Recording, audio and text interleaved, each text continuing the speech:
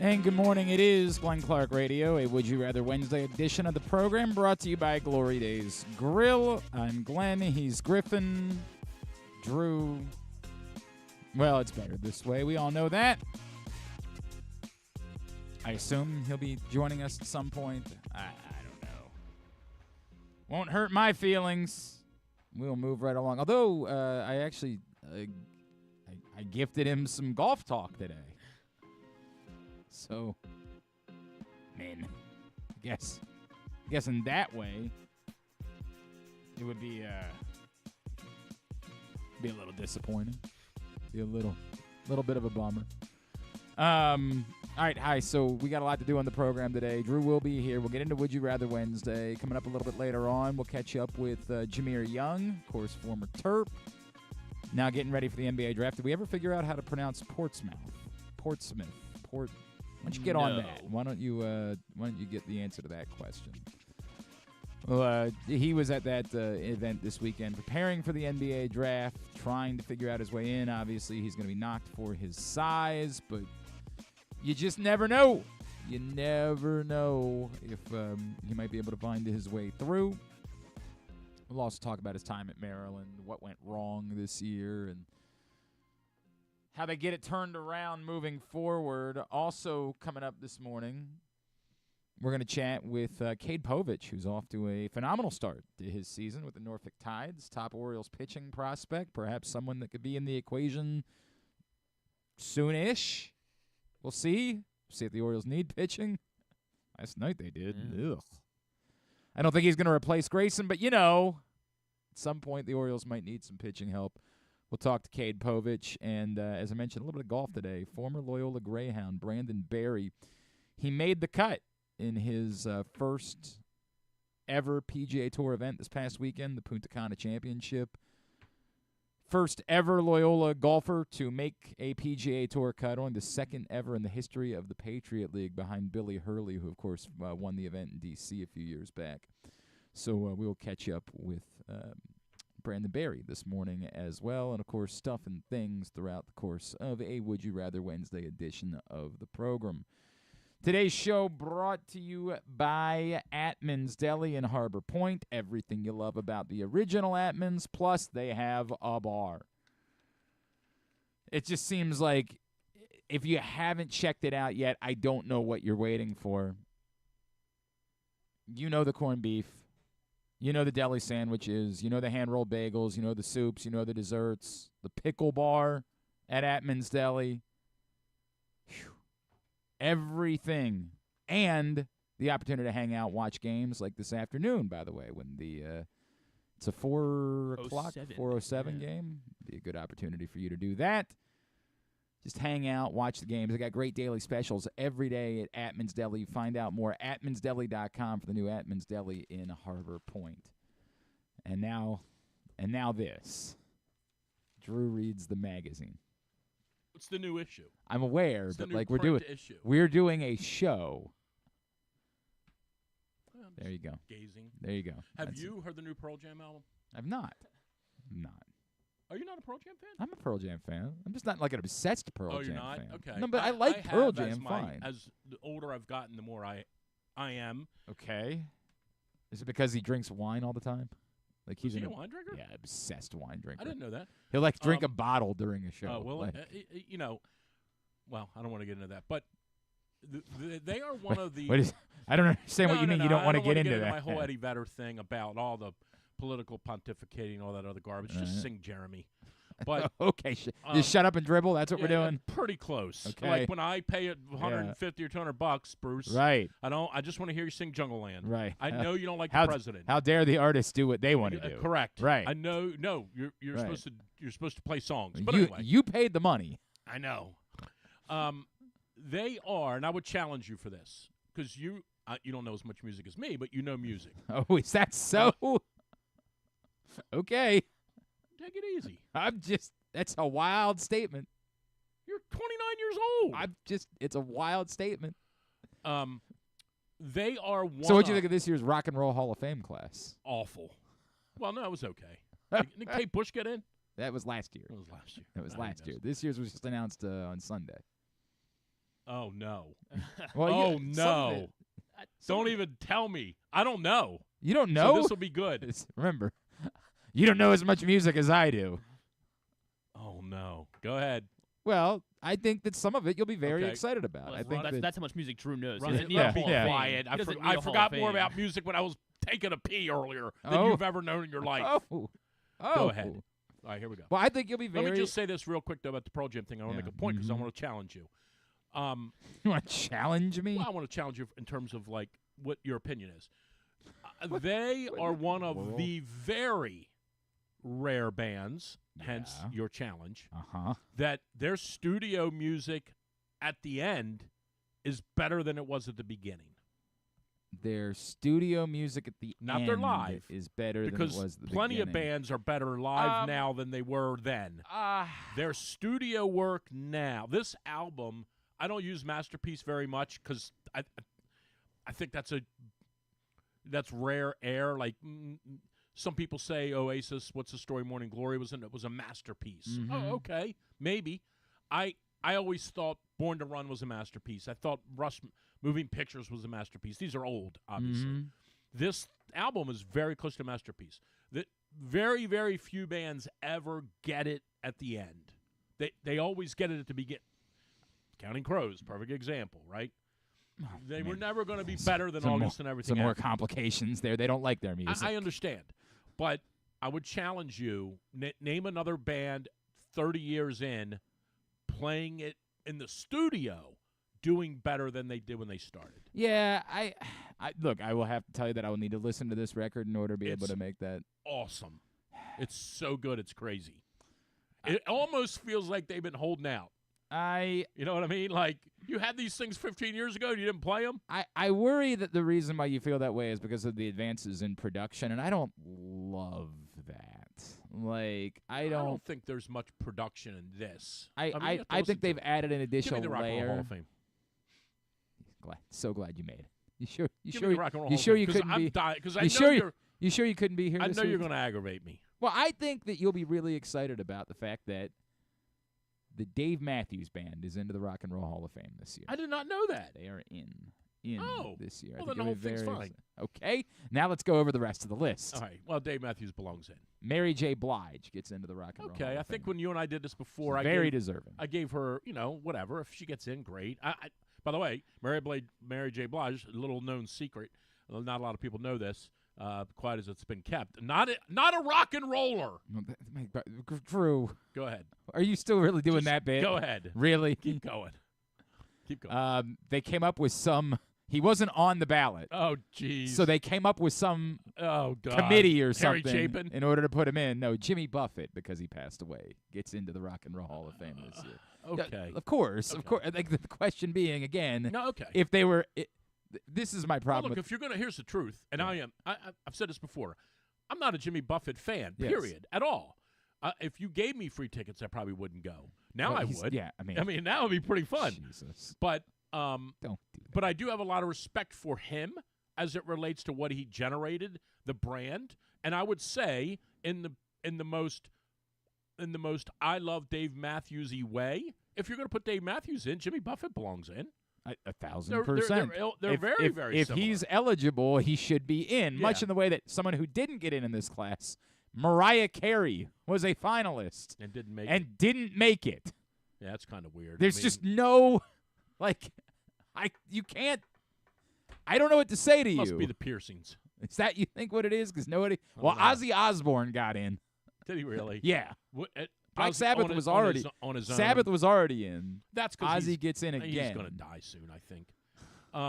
Foreigner gets into the Rock and Roll Hall of Fame. Okay. I mean, that's Fine. before your time. No, it's fine. They had 12 really. I don't really even know good that it's songs. 12, to be honest with you. Well, I would say this: four of their best songs you probably haven't heard. Maybe. No, maybe. they had some really All really right. good songs on the first album or two that didn't make it. Cher is into the Rock and Roll Hall That's of Fame. just a gimme. That's a freebie. I don't actually It's a think that. freebie. I think that her celebrity is significant. I don't think her music It's a- catalog actually. It's a freebie. I think she's got like 3 significant songs. This is just like putting in Harold Baines. I would say it's yeah. Ugh, It's putting in pretty Harold bad. Baines. Peter Frampton got in to the Rock and Roll Hall of Fame. And here's what I would say for about one that. album. Right, correct. One album. That's it. Peter Frampton's legacy is one argument, album. Maybe 3 songs. Fair. Now, he did a lot of work on a lot of other people's records. Right. And so, like, you might, in some weird... Yeah, he's a someone. He's a guy that should get in on one of these committees. Yeah, he's like, a someone in music. If you measure Peter Frampton against Mariah Carey, it's utterly effing insane that Peter Frampton is getting into the Rock and Roll Hall of Fame and Mariah Carey isn't. If you measured Frampton Comes Alive and said, is this album it's a top worthy of being album yes, of course. My lifetime. 1,000%. But if some committee said, hey, it'd be like putting a famous assistant, like Don Coryell would be a head coach. Tex Winter. It's Harold Baines. Did Tex Winter get into the Basketball Hall of Fame for inventing the triangle offense? Yes. If Tex Winter got in, the argument would be, well, this guy did a lot of work on a lot of other people's records. Yeah, sure. You might miss his influence. Greg Roman. I don't know about that one. I don't know that that one's going to be the one that's going to get in. I had a joke last night on Twitter. It's amazing to watch a team that like reinvents the wheel when it comes to what they're doing. Like the White Sox? Well, no. No, like, you know, they reinvented it last night. The Chargers with Air Coryell, right? The Athletics with Moneyball, and now the Minnesota Timberwolves with the novel concept of playing defense. Right. Playing. What a thought. Right. Just a crazy new revolution in the game of basketball. We're going to play defense. Cool in the Gang into the Rock and Roll Hall of Fame. Again, one song, maybe. I mean, more or less. Whatever. MC5 into the Rock and Roll Hall of Fame. Never heard of them. I want a Tribe Called Quest into the Rock and Roll Hall of Fame. That one, extraordinarily worthy. That one I would agree with. I think they were, a frontiersman-ish, 1,000%. like the Beastie Boys were. Yep. I would say that they deserve to be in. I don't know that their entire catalog is great, but I think what they did was great. I think they are worthy of it for sure. And Dionne Holy Warwick. hell, how many people they put in? 15? Well, they also this isn't even the whole list because they also put in some contributors and things like that. Dionne Warwick Maybe is the I ought other. to get in. I don't think you'll quite make the cut. Okay, so Dave Matthews got in. Well, that's great. I'll write about that tomorrow. Yeah, that's be right on top of all of them. On the day of the NFL draft. Drew Forrester. I already did my mock draft today. Oh, yeah. And you had Darius Robinson. I have them trading out of the first round. Okay, now that part and going to 36. Okay, and he's going to be around there. Yeah, I definitely think he'll be around there. Yeah. I guess the question with Darius I think Robinson, they're going edge. But I don't know if Darius Robinson is a true edge versus being another Justin Madubuike type. Like he's really a defensive lineman, not a stand-up guy. That's my issue with Darius Robinson. If I was more confident in Darius Robinson's stand-up skills as an edge rusher, I'd probably like to pick a little bit more. Says. That's what you got? Well, let's see what his bio says. I'll just prove you wrong. You'll prove me wrong based on what a bio says. Well, I like doing this. Doing what? Proving you wrong. You got this thing about you think you're always right. No, I just said I asked a question. Did I make a statement? He's in a defensive tackle. Seems. But it does say make the case edge Darius Robinson. This is the problem. That's why I asked the question about Darius Robinson, and I haven't really gotten a great, overwhelming answer from the folks that I've talked to about it, that they are super confident that he's definitely a stand-up edge versus being someone that could help, more suited for a 4-3, something along those lines. Dynamite. You didn't know what position he played. No, I know he's an edge. But is he? I don't like that term, by the way. Why do you not like edge? We used to call them defensive ends. Well, if they were defensive ends, now That's what we used to call we them. try to envision them as being positionless Dwight football Freeney players was a defensive end. whose job, yes, Dwight Freeney was a defensive end. He wasn't as much of a stand-up guy. Once upon a time, Terrell Suggs was a defensive end, but they converted him in. Who do you think they're taking? An offensive lineman. Do you think they're taking who? Barton? No, Guyton? I don't think they'll take Barton. I think Guyton, Morgan. If Mims were to fall to 30, I think they'd take Mims. Well, I've been saying it all along. That would be their guy. Yeah, he's not going to get. I don't. It's so funny. He might be there. I have no idea. He's fallen out of favor. There's a bunch. There's so many thoughts about Let me go through my Mims. top 30. Oh, let's do that. I can't wait to. My Drew my attempts to pronounce these my names. My football guy is he thinks they're going with Guyton. Guyton would make some. I was talking to Jeff Schwartz last night, the longtime NFL lineman, And he said, "Look, I think Jordan Morgan's more of a sure thing to be your starting right tackle this season. I think you'd be way more because he's from Arizona. It has nothing. In fact, so easy to read you. You know by me. the way, I spent 30 minutes with Brandon Barry the other day, so this should be fun. Oh, good. Nice job. Thanks for listening to the show. Oh, Drew. To be fair. Oh, by the way, that's kind of on. Doesn't he produce your show? Yeah. And you didn't bother to tell me that? Yeah, well, I thought you would still want to talk to him anyway. Well, I would, but we wouldn't have to do it while Drew was here. Listen, I thought we were gifting him the opportunity to talk about golf. This Sunday's show is taped because I'm out of town. And 2 hours of guess who my co-host is? Who? 2 hours with him. Who? Ethan? No. Better. 2 hours. 2 hours, your co-host. The program director. What? How does he have 2 hours during his week to be your co-host? Well, it's not totally 2 hours. It's like an hour and 20. Well, yeah, but commercials and everything. I understand that. He sat in with Still. me. He sat in with me. To talk about what? Golf. But what? There's a golf tournament going on. Golf. What did you talk about? He was good. He's but knowledgeable. What did you talk about? He's a knowledgeable guy. I like Chuck. I like Chuck too. But I'm confused as to what you talked about. Golf. But what? Ryder Cup. Oh, God. Tiger Woods. Sure. Scotty Scheffler. You might have heard about him. Sunday at 4 to 6. Might have heard about Scotty. You know what? I have heard about Scotty Scheffler. This week, by the way, I have a great show. Do you? Sunday. I do. Taylor Zarzer, Sirius XM, 7 to 8 every morning, the starter. Fred Funk. Love Fred. 9-time winner on the Champions Tour. Former Maryland golf coach. Moose Brown checking in, talking a little. I can't pretend to know about Moose Brown. Middle Atlantic golf. So yeah, anyway, we've got a good show. All right, and Chuck Sapienza. And shocking. Chuck Sapienza. Ratings came out. Yeah. 4 to 6 slot rolling. Chuck. Rolling. That's what Chuck said. Well, how about he that? He said, funny enough, he said 12 to 3 struggling. Oh yeah, really falling behind. Hey man. Oh man. Only so much. The we documentary can do about comes that. out tomorrow. What documentary? The documentary. What documentary? From former station. What? Wait. What? Documentary. What Who made it? I have no idea. I just saw a Facebook post. But why wouldn't they talk to us? Well, or at least it's attempt the documentary. I think I would pass. The documentary is truth be told, about the boss. Oh, it's about him? Yeah. Well, who did they interview? Wait. You don't know the name of it? No, I don't know anything about it. Oh, you're gonna love this. This is a real thing. Nope, it's on Facebook. I saw it this morning. I did not know about it until this morning. You're not effing with me about this. Nope, it's on Facebook. But is somebody gonna see it? Like, is it airing somewhere, or is it like on the website?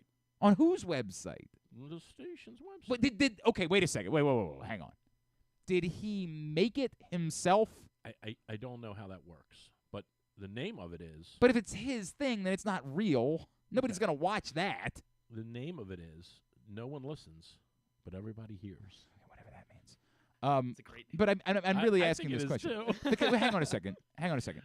Because if someone if a real person made it, they would actually do work and reach out to people. I don't think it's a new person. I mean, I don't think it's a real. Is this just him putting a slideshow together? And I mean, he had a history of doing these types of fly-by-night. I tell you what's going to be huge. It's going to be that guy was always he was Donald Trump, selling steaks. Right. I tell you what's going to make us rich is this thing. If he did it himself, then Groupon. it's right. Correct. We did Groupon. That was going to change the company. It's going to change. We're not a radio station anymore. Never forget that. We're not a radio station. It was called UPon. UPon, yes, right. It was because an awful lot like YouPorn. Yes. Somebody called up and said, "You guys might want to." Yeah. Somebody called up and said, "You guys might want to change your your URL." Little too similar. Little too. In fairness, that's kind of on you, Chief. Yeah. If in your brain you thought to put an R in there, right? That's not on me. It's a slip of the fingers. Sure, that's exactly. I'm sure that's not a Freudian slip of the fingers. Right. Anyway, but the documentary starts. It's a retro. It's a look back at the. Okay, but if no one reached out to us, then it's not really a documentary. Well, you and I know that. It's a propaganda really film. And in all fairness, it's way more patently offensive to guys like Bob. Sure. Than it is to me or you. Sure, I don't. Bob kind of made the station. I don't disagree with that. I mean, he would never admit that because to do Right. that would be to Right. diminish his own value.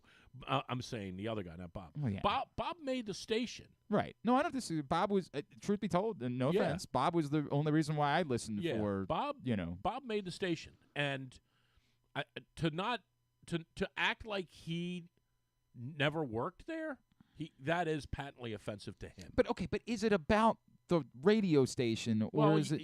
Yes and no. Dude, you're. I'm telling you, I don't know because I'm just reading. But that's off what I'm of saying. Facebook.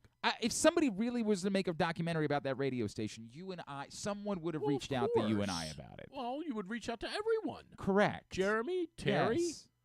all of them. Casey, Yeah, Rob, I mean, the whole right. deal, right? Like, if there Sure. was an actual Right. documentary being made about the radio station, then And I think we could do. Somebody asked me this yesterday or Monday, maybe it was. But somebody asked me because I didn't know about it, and I don't use Facebook anymore. So I am getting either smarter or older or both. I don't use Facebook anymore. So someone said, "Did you see the post on Facebook?" Blah blah blah. I'm like, "No, I'm not really on Facebook anymore." Went and looked at it, and then they said something. You know, we started talking about it, and I said, "You." I gotta say this the right way. I don't even have to say it the right way. If somebody came to me and asked me about the radio station, and asked me about my 12 years there, and we talked about it, I would give an almost totally favorable commentary. I would if I would somebody give totally if favorable an commentary. independent person, like a completely independent person, whoever, I don't even know who would care about this. But if there was an independent person who did care and asked me if I would be involved in a documentary about the radio station, 1,000%. Sure, I would have a lot of If favorable someone things to said, say. "Would you want to talk about him?" No. Yeah, I'd have zero. I interest think in that would be tough to do. None. Right, And it's well, not even. No, I shouldn't say that. Here's what I would say. This is like the Netflix thing, right, with the second swing. Mhm. I would say what I would be honest. Yeah, and say what I want to say, and I think I would be there would be things I would say about him that are very You complimentary. see, and that's where you and I would have next to nothing complimentary to. I didn't like working there when I worked there. It was a job. It was very negative. The amount of stress. I swear to God, Drew, my wife was very panicked all I could say back to her is, "This is the best day of my life. I have needed to do this for a long time to get rid of this stress in my life." I think a lot of people in that year, I think a lot of Well, people yes, that said the same thing. Like, but they were and this is very the other thing we did a lot of that. And people always say to me like, "How on earth did you do that? Why did you do that?" And I would always say, I kind of did it. I did it for the station had its own Correct. living, breathing soul. yes.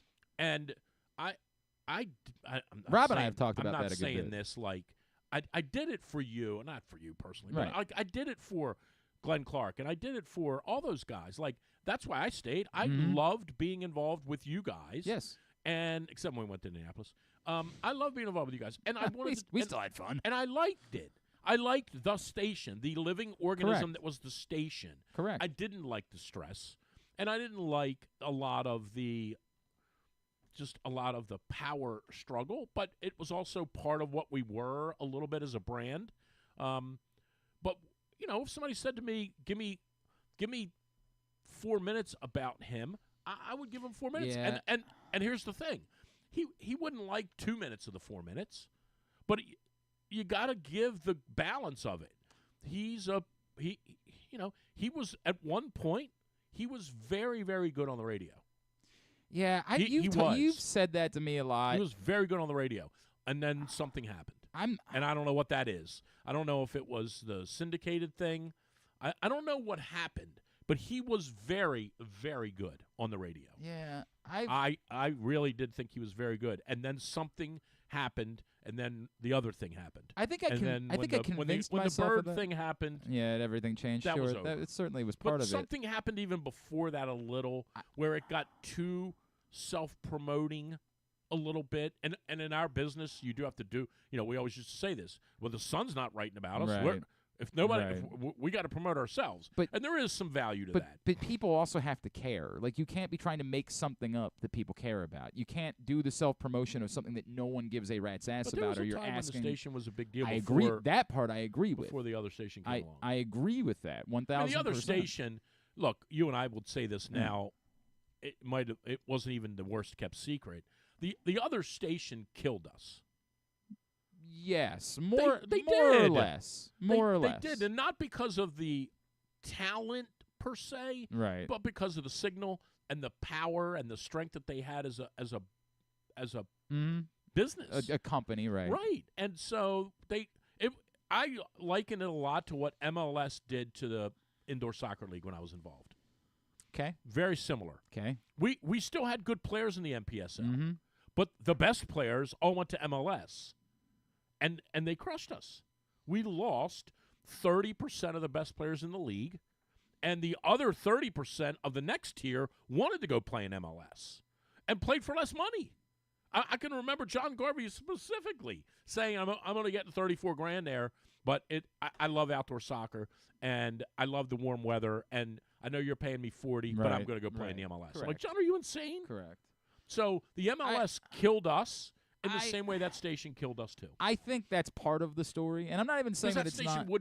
we couldn't compete with them right now. No, not right now in that form. The funny thing being, part of what if you and I went and did this tomorrow, right? If you called me and said, "Dude, you're not going to believe it. Right. We bought that station, yeah, and you and I are going to go do 6 to 10 again." Right. First of all, I would say you're insane. Yeah. Second of all, I would say we're kidding ourselves. No, I agree with that part of it, but the idea, unless you broadcast it on the internet. Well, you joke about this, then you got but something. like that really was the shame. Like if you asked me to do my, if again we're gonna do the documentary, right? The shame was he was actually onto something in becoming a media entity, and in looking back on what it was, once upon a time that radio station was Barstool Sports. Like what 1,000,000% Barstool before Barstool. 1,000. Actually, this is really interesting you say that because I'd be careful how I say this too because they're worth a gazillion and we're worth nothing. Right. We were actually better at it than they are. I don't disagree with that. There was they just got the concept of why don't we all just sit around and kind talk of about become sports? a frat house, right? Right. And like that was the element that we had going for us. We and actually why, watched the games. Right. Why I wanted to be there. Why I would leave a great job that I had to go be a part of it because I felt that element. I thought you were running from the law. Yeah, not at all. Oh. In fact, the law caught up with me eventually. So even if I was, I did a terrible That's job. Part of the documentary too. Yeah, hey, right. Glenn, how come you're going back to Phoenix on Thursday? Right. Well, I'll be back Monday. Yeah. Why? Long weekend. Right. I got a long weekend. There were two of them, in fact. The moment That I helped showed your brand. The moment I showed up, not you really. got your wife. Yeah, well, she liked the bad boy image. I don't think that Where was you going? related. Where you going? Can you go to the Hunt Cup with me this weekend? Correct. I can't, Margaret. Can't make it this weekend. Next year, though. I can't go. Why not, sweetie? It was the Friday after. I got to go to. Drew, it was the Friday after they won the Super Bowl. I got to go to Phoenix. That's when I had to. Not to to Phoenix. It was when I had to go here. Oh, you had to do it here. And right. As I walked in, the first guy that I saw said, I know you. "Who's on the radio this afternoon?" The first guy. I love it. Like the Margaret first said, officer. Let's go to the ice show. I got great tickets. You said, yeah. I can't do. Not tonight. I can't do it this weekend. Why don't you ask Drew if he wants to go? What about Saturday night? I can't do it Saturday night either. But I'll tell you when I can do it. Next week. I can do it around 5:30 Sunday. Right around then. Right around then. Right. Thank the Lake County executive for helping me out with my troubles. Oh, yeah. Oh, he was awesome, wasn't he? He was very helpful in those moments. In fact, we had breakfast together the day that I got out. Oh, my God. Anyway, it is better than movies. Oh, God. So if and we haven't even told the 20 worst stories. No, not at all. If somebody asked me, like, hey, what was the downfall? The downfall was you had the right idea. You missed on the execution. Right. The execution was you had the ability to be Barstool Sports with a radio station. Like, you had the ability to take the brand and make it work, but the de-emphasis on the radio station to say we stopped caring. Well, we still needed to do radio. Like, we still that was the thing that we had that nobody else had going for it. Everybody else could be a blog. We needed to be able to do all of these things. Right. And again, his self-sabotage, his ego, that like it. I don't. If you guys are popular, that hurts me. Right. And that was a central thing. And that was an untold. That was an untold part of it too, and that was, say this all the time in my coaching. Like you, as a team, as a group, as a team, Mm-hmm. you can achieve anything. This is Winston Churchill. It's not Drew. Right. But I really do abide by this. It's a coaching philosophy. As a team, you can achieve anything as long as you guys don't care who gets the credit. Correct. It doesn't matter who gets the credit. Correct. If you don't care that the coach gets the credit or the number one player gets the credit or the owner gets the credit or whatever, you can achieve anything. As soon as you start caring about who gets the credit, you're in trouble. Yep. So that I do agree That with was you a there, and that was major part of the that probably downfall. was one of the things that created the friction with Haney because that- Bob he was wildly popular, and eventually that ran its course. He can't be more popular than me. correct. Well, he is. Correct. And that again, as someone, Right. if you're a good business person, that's a great thing. And then we had this issue as well with the sales guy. Yep. Sales guy was making $1 gazillion. Yep. And instead of just saying, Is he making- selling? Right? Is he keep making ma- money for all of us too? keep making $1 gazillion, we said, You can't make that much. You can't make that much money. Yeah. We started to care that he was getting the credit. Right. Why are we making so much money? Oh, because of him. Mhm. Oh, that's not why. Nope. So that So, like, again, that would be – you're right. I do think the FM station had played a role, no question, but there was absolutely the opportunity to Jerry do something. Coleman finish us off. Bruce Cunningham. Jerry You're Coleman. done in Jerry and Bruce. by putting on Bruce Cunningham and Mark Zinno. Jerry, Bruce, and Mark Zinno were the end of That the. was the end of We the, knew. I can see them. How can you they could compete put with that? They could put a camera in front of us and say, Yeah. "Guys, when did you know it was over?" And Yeah. I would say, "The day they hired Mark Zinno." Correct. I said, I turned to Glenn and what I do we do? said, What do we do? "Get your resume together." I mean, it's over. They got Zinno. By the way, good morning, Jerry. Good morning, Jerry and Good Mark. morning, Jerry. I don't know if Mark. Mark was a good man. I like I've got, Mark. I've got absolutely no beef with Mark, I like Mark. but he was boy did he think he mattered. Boy did Mark. Well, he had the whole New York thing working. 1,000%. He thought he was I'm working. very He important. thought he was working at the fan. 100%. He didn't thought realize he was Mike Francesa. yelling and screaming at everybody. And I love Mark personally. Personally, I love him. But yeah, he 1,000% was doing the WFAN bit here. Like, this is the way that it works. I know everything that I'm talking about, and you know nothing, even when I'm wrong. Right. Even when I'm wrong, I know what I'm talking about, and you don't. It's a very New York thing. Oh, good. You gotta take a break Thanks there. for stopping by. Yeah, in a minute, we do have to take a break. We haven't even mentioned that the Orioles lost. They're doing a documentary. That's hilarious. The Orioles lost last night. Dropping at 5:08 apparently. What? 5:08 p.m. tomorrow. I don't know what that even means. It's dropping. What does that mean? It's dropping where? I got The nothing. ether. I'm good, man. I'm good. I will be like everyone else. Preparing for the draft. No one will watch. There will be no one watching. And like everything else that was going to be dramatically important for the company when we were working there, it will be a thud of thuds that no one cares about. The Orioles did lose last night. Bummer, as Grayson Rodriguez had been really great. What was it, 16 straight starts of giving up 3 earned runs or less? That was snapped. Sounds right. Yeah, last night not so much. Not so much. A lot of loud Did you see the contact thing- last night. Did you see the And yet the Orioles did bring the tying run to the plate later I in the know. game. Did you see the thing last week circulating about Mike Trout in the 9th inning? No. There is an unbelievable statistic about Mike Trout No. in his career with the tying or go-ahead run and Trout at the plate in the 9th inning. Mm-hmm. There is an incredible statistic about him. Okay, well, What do you think he hits? With the tying or winning run? I'm going to think that because it's relevant, it's probably not that good. It's pathetic. Yeah. It's awful. Griffin, see if you can't track that down. And see if you can't track down how many times he has struck out. It's unreal. Now, it's also unreal that somebody has the time to go back and do all of this. Well, I don't like know. you Some people people- get paid for this. People at this need a point. real Yeah. life. But the other night, I don't think that was a strike. I'll give him credit there. I give him a pass. I don't think that was a strike. But it's unbelievable how bad he is in his career. I want to say under the gun. I'm not dismissing him. He's a first ballot Hall of Famer. But it's incredible how bad he is in that scenario. He almost never produces. It's Okay. unreal. I mean, I don't know that. I want to say his batting average is like 140. Like, laughable how bad it is. I got nothing. I have literally he had a nothing home to run add. last night in the first inning. He did. And it seemed like Grayson Rodriguez was afraid to throw his fastball afterwards. Right. It seemed like giving up that early home run to Mike Trout affected Grayson Rodriguez last night, and that at least his four-seam fastball, it seemed like he didn't want to go to it very much throughout the rest of the game. Oh, and Austin Hayes got the calf issue, huh? Well, I think that was legitimate. I do think that one was legitimate. I think the Hey, question. Austin, come on in a minute. Yeah, I think. How you feeling, right, by the way? I think. Yeah. Look like you're laboring a little. It's a real shame. Looks like your right calf Right, is bothering you.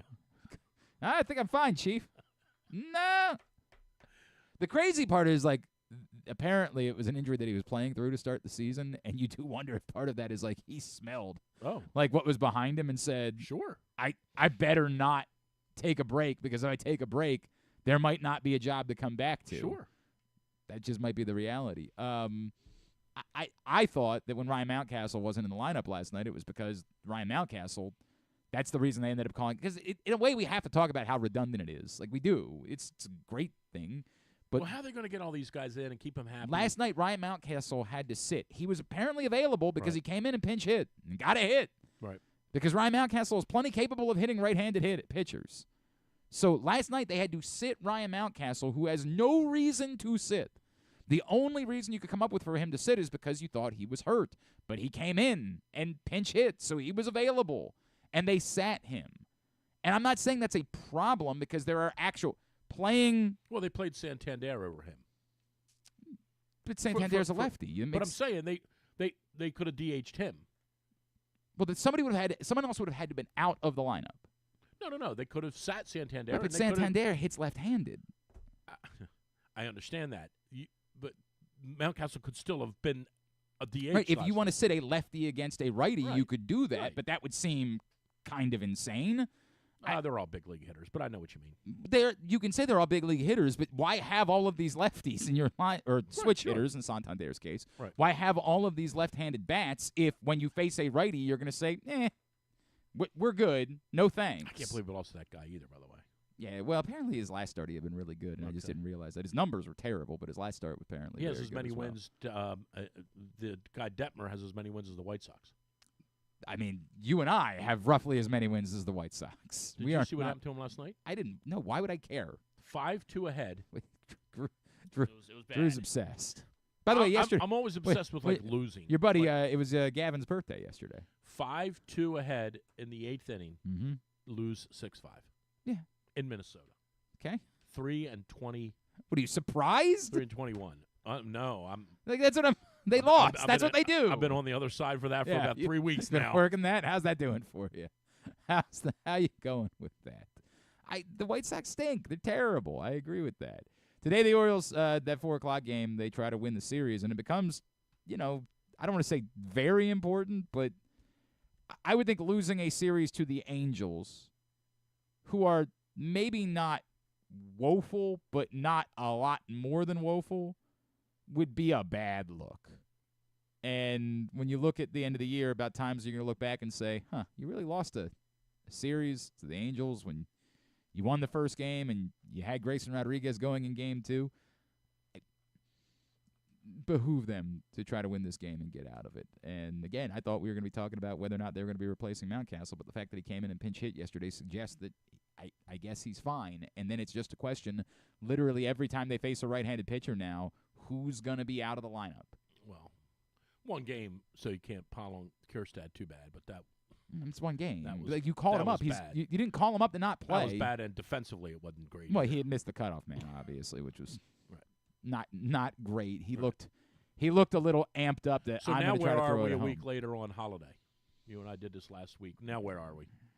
He got a hit last night, so he struck out 2 more times. I understand, but he's doubled his production. Also made a nice catch on a line drive up the middle. He's doubled his production. I agree, Drew, with everything that you're trying. Nice when you trying to get a gig with the team or no, something. that's the reality. He's doubled his production. That is it's true. a simple fact. Facts are facts. Yes. Had one hit on the year. Now he has 2. Now he has 2. That's called double. Not sure if you're aware. No, I know. You're right. 1 you're right. and 2. When you're right, you're right. Thank you. What are we doing with him? I actually think that the Yankees series is an interesting. I didn't. It's the Yankees and then the A's, or It's A's the and A's Yankees? than the Yankees. Gotcha. We're The going to see A's that this dude that does weekend. 144 miles an hour for the A's. I mean, I think just to see him. Well, they can't only use him as a closer because they can't be closing enough games to only use Have him you that seen way. this dude? I know, it's insane. It's bonkers. You have to sell the farm for this guy. Oh my God! Mason Miller is the guy that He you're was talking throwing like about. 103 miles an hour It's the other day. insanity. It's bonkers. I actually think that after Sunday is the first time Where you have to seriously to have the conversation. If he's 4 for 60 something, now you got to say, dude, this this ain't happening. The Yankee series. I know it's nothing in. Everybody can say nothing in April is big, Right. but It's still you're playing them, and it's 4 games next week, right? It's Correct. not. It's a 4-game series. It's a 4-game series against a team that you expect you're going to be head to head with for winning the division. If Oh, you're saying not play him in that series? I'm saying that to me, Oh. those games are really important. Okay. And if someone in your lineup is not helping you, Oh, okay. Yeah, sure. I can't just this entire thing about, hey, what's best for Jackson Holliday is all well and good. And if the Orioles stunk, I would say leave him in for forever. But those games matter, and you He have still to acknowledge. looks very overmatched to me. I think he looks like he's pressing. Yeah. I think he looks like he's trying to swing his way out of this slump every time he comes to the plate. He needs to watch Bull Durham. Yeah, you think he needs to go see Annie? You think he Rosen. needs to go spend some? Rose goes in the front, Yeah, big right. guy. I would start to have the conversation on Sunday. That to me is you got to see what the at bats look like. Like the Athletics present an opportunity, although they actually have a little bit more pitching than we thought they did coming into the year. They might be better than the Angels, which is might be better than bizarre. the Astros, Oh which my- is the weirdest thing in Oh my gosh! all of baseball. Right. I don't know what to make of that, but that presents the opportunity. Like, if you can't get right against the Athletics, like if it's still this bad come Sunday, then I got to think about it. Okay. I got to think about it. I'm not I don't disagree, by the way. like those games. We can't just keep pretending like these games don't matter. Right. Or saying, well, hey, they haven't lost that many of them, so he's not hurting the team. Well, you don't know that. I don't know what someone else would have done in the couple of games they've lost since he's been here. And I get it. It's unfair to say they have to win every game. But my God, man, to wait for them to lose 4 out of 5 to then say. Well, here's what I would say. If I don't even know who this is, so if this would have been, he's not here anymore. So if this would have been Joey Ortiz, he'd be way, way, way gone. Right. He'd have been way back down. I'm there. okay with treating Jackson Holliday differently Okay. than other guys because of what you and every other baseball mind believes the person is. But the games have to matter too. Right, sure. Like, it can't just be that we choose one thing and we say, well, Jackson Holliday is what matters. Well, that's why when what's-his-name let the ball bounce out of his glove last year in Fenway Park, all year we kept saying the same thing. We better not lose this division by one game. That dude had the game in his hand at Fenway and McKenna. Right. The ball bounced out of it. And that was the second game of the year. Correct. And we never forgot about it. Right. We still haven't forgotten it. If Ryan McKenna got called up last night, I would it's say, all we'd be thinking right. about. It's all we'd be don't hit it thinking to him. about. And I get it. There's not an obvious solution here because this is the problem with having all of these bats is that none of them you really think can play third base. Like, are you really going to put Ryan O'Hearn at third base? It's easy to say, hey, if it's not Jackson Holliday, you could slide Jordan Westberg back over to play second base, but still somebody has to play third. And nobody is clamoring for Ramon Arias to be back in the lineup on a regular basis. Well, then you know what you have to do. What? I mean, you don't want to do it, but, Gunner's got to play third, and what's his name's got to play Mateo, short. Yeah. but this is the same problem. Right, like, I mean, you're not solving the Right. problem would be you could see this as your path to. We have all of these bats. We want to get all of them in the lineup, and we don't have enough spots for them. Well, you could open up third base, but nobody could play third base. Not at a level that you would be comfortable with any of them playing third base. Imagine putting Ryan Mountcastle back at third base And all you these thought years getting later. rid of Rio Ruiz was a It's a great was point. a mistake. This was the guy they needed. This was the guy they needed. Thank you for your service, Rio. Let's talk Caps Rangers. Okay, no, we got to go. We got to take a break because we're talking to Brandon Barry. 2-0. Think I it's mean, over? Is it over? Yeah. Okay. They just don't have the firepower. Tell you who it's definitely over for, the Phoenix Suns. Not even competitive. Not even.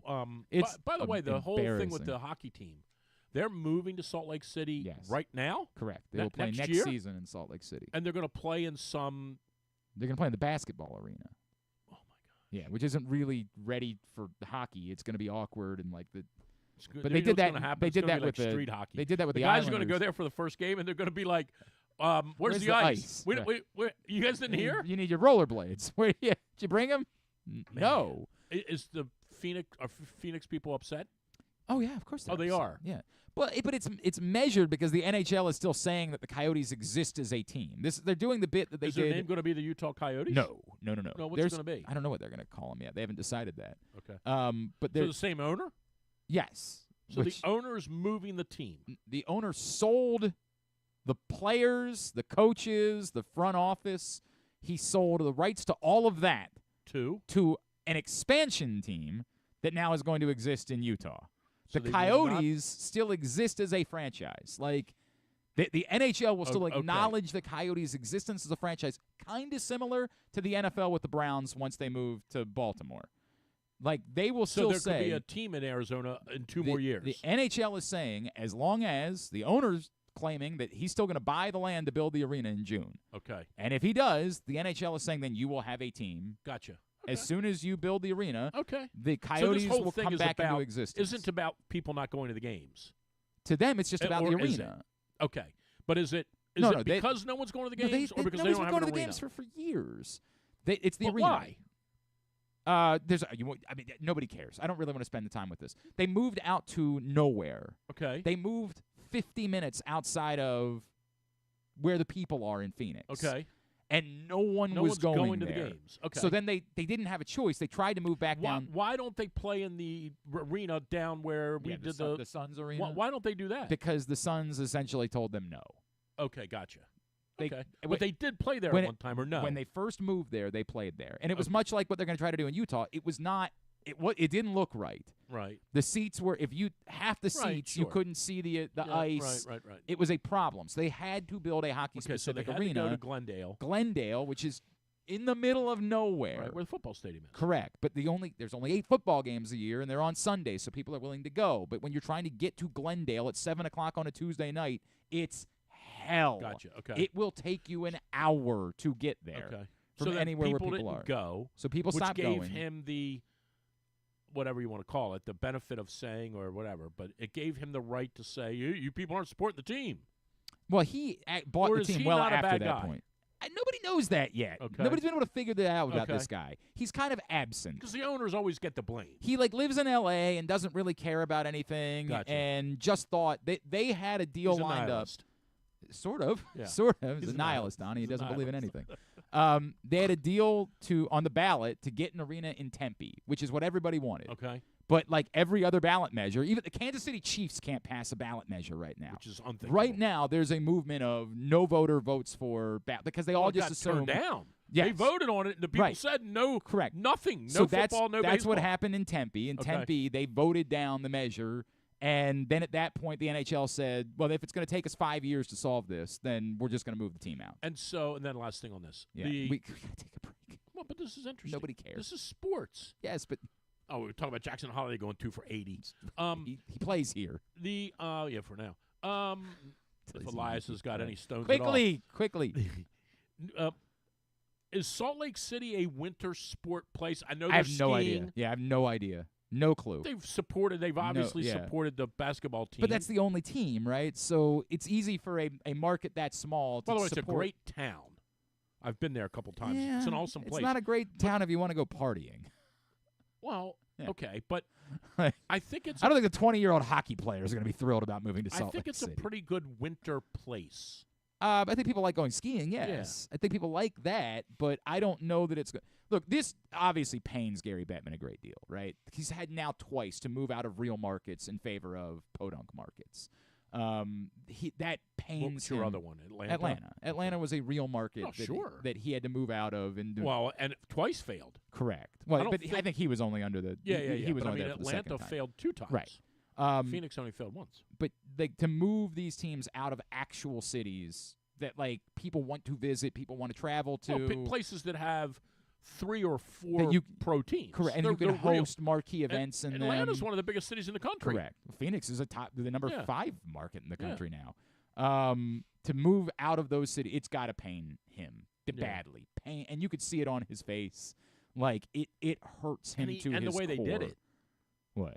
And the way they did it. Just, hey, by the way, you guys got a minute? Yeah, it's over. Come on in Yeah, real quick. See you in Salt Lake City next week. No, it's brutal. All right, we got it. Can we go to break? Is he going to be okay? All right. Brandon Barry is going to join us next. He made the cut on the PGA Tour. Stop it. Former Loyola golfer, and he's got a nice future ahead of him. We'll talk to him about that when we come back in. Drew's here. It's Glenn Clark Radio. Gambling can be a fun and entertaining experience, but there are risks involved. If you're planning on betting on the game at the casino or on your phone or computer, know your limit, stay within it. Set a budget and a time to stop. Remember, gambling isn't a financial solution, and it doesn't mix well with alcohol or drugs. Know the risks and have a plan before you begin gambling. For free and confidential services, call 1-800-GAMBLER 24/7 or go to helpmygamblingproblem.org. Discover one of Baltimore's hidden gems at Guilford Hall Brewery. Enjoy dinner in our spacious brew pub, sip a signature cocktail in our outdoor, dog-friendly beer garden, or take a tour of our brewery. Discover your new favorite local craft beer. From crisp lagers to hoppy ales, there's something for everyone to enjoy. Pair your brew with delicious appetizers and entrees. There are options for the whole family, but you have to try our fan-favorite giant pretzel. Guilford Hall Brewery, where every sip is a celebration. Visit us online at guilfordhall.com. Make the most out of every day in your Toyota RAV4, available in hybrid or gas-only models. A RAV4 can get you where you want to go in style. Check out buyatoyota.com for deals on new RAV4s from your local Toyota dealer today. The drug scene in Maryland is changing. Fentanyl and xylazine are being added to street drugs, and you may not even know it. Xylazine is not even intended for humans, and fentanyl is an opioid 50 times stronger than heroin, and contributed to over 80% of overdose deaths in our state. Anyone who uses drugs, even occasionally, is at risk of overdose. To learn more, visit stopoverdose.maryland.gov or call or text 988. Oh, honey, we better stop for gas soon. Let's pull into that Royal Farms. Ugh, gas is so expensive. Nope, it'll be cheaper than you think. Why's that? I signed up for Rofo Pay on the Royal Farms app. Now we save 15 cents per gallon at all Royal Farms. Wow, that'll save us a ton of money. I love you more every day. Well then, don't get a speeding ticket this trip, okay? Sign up for Rofo Rewards and upgrade to Rofo Pay and save 15 cents a gallon on gas for a limited time. Real fresh, real fast. Royal Farms. Craving that classic New York deli experience? Look no further than the new Atman's Deli in Baltimore's Harbor Point. Corned beef piled high, hand-rolled bagels, and something different. A bar! Atman's has food and drink specials every day. Now open for breakfast, lunch, and dinner. Dine in, grab takeout, or hang out at the bar for the next O's game. Atman's Deli, an authentic taste of Baltimore tradition since 1915. Find us at Harbor Point or visit atmansdeli.com. What company has the expertise to make your home healthier by purifying your air and killing all viruses, allergens, and bacteria? A.J. Michaels, Heating and Air Conditioning in Baltimore and Annapolis. AJMichaels.com. Hungry? With 7 locations throughout Maryland, Glory Days Grill is always right around the corner. They have wings, burgers, salads, sandwiches, and drinks to satisfy everyone, as well as tons of televisions and sound delivered right to your phone. Glory Days is the best place to watch football or whatever your favorite sport is. While you're there, be sure to check out Goose Flights Lager, named in honor of legendary Raven Tony Goose Siragusa. $2 of every can is donated to the Goose Flights Foundation. Glory Days Grill. Great food, good sports. One of the things that's definitely wrong with this country is that this dude still has a job somehow, some way. Glenn Clark. All right, back in here on GCR. Drew Forrester is here on a Would You Rather Wednesday edition of the program, brought to you by Glory Days Grill. Scenarios are up at facebook.com/Glenn Clark Radio or twitter.com/Glenn Clark Radio. You can check them out there. Respond. Someone who participates in Would You Rather Wednesday today will receive a $25 gift card to Glory Days Grill. By the way, how's Calvert Hall Golf? How's everything going? We are doing well. We are 6-1, and we have a match today against Loyola. Very nice. And, the big rivalry match today. And coming off a nice win yesterday over McDonough. Do they play this one at United Stadium too, or at what? The United Stadium? Do they set up like a course for the? No. They should. No, we're over at beautiful Hunt Valley today. Oh, so we're that's yep. That's your stomping grounds. Correct. Yeah. So better watch your feet It'll before be you on come in. my sandwich will be on your bill. Oh. So yeah, we're doing well. I don't 6-1. I don't even remember what my membership number is. In order I'll let you know. Okay, thanks. But yeah, we're doing well. Appreciate 6-1, big match today. Go ahead and and put it on my tab. Things are going well for Coward Hall. Not as well as for this guy, though. No, that's true. By the way, for the latest in high school sports coverage this spring here in the area, go to countysports.zone. Scores, schedules, rankings. You can play Pick'em as we're coming down the home stretch in spring sports season. Find it all countysports.zone, proudly sponsored by your local Toyota dealer and buyatoyota.com. Yes, things going well for our next guest. Very excited as he became the first ever former Loyola golfer to make the cut at a PGA Tour event at the Punta Cana Championship this weekend. He is Brandon Berry, and he is with us this morning here on GCR. Brandon, it's Glenn, and I think you know Drew Forrester. It's great to chat with you, man. Thank you for taking the time for us. Yeah, thanks for having me on. Hey, Brandon, I this is okay. Like Drew would tell you, I am a 2 on a 1 to 10 when it comes to golf. Right? Not a handicap. No, not a 2 handicap. Like a 200 handicap. Right. Right. So, is it do you pop the bottles for making a cut, or is it more like, hey, that's cool, I'm glad I did it, but I have way bigger things that I want to accomplish. I'm not going to celebrate too much over this. It's just sort of a step in the path. You know, it's kind of a little bit of a combination of both. The round I played Friday to make the cut was really a special round when, I needed a good one to make the weekend after a pretty poor first round. But I definitely would have liked to play a little better on the weekend. But I felt like I just didn't quite – I wish I could have carried the momentum from Friday to the weekend. But overall, I probably would have signed up for a made cut before the week started. So sure, I get that. pretty happy overall.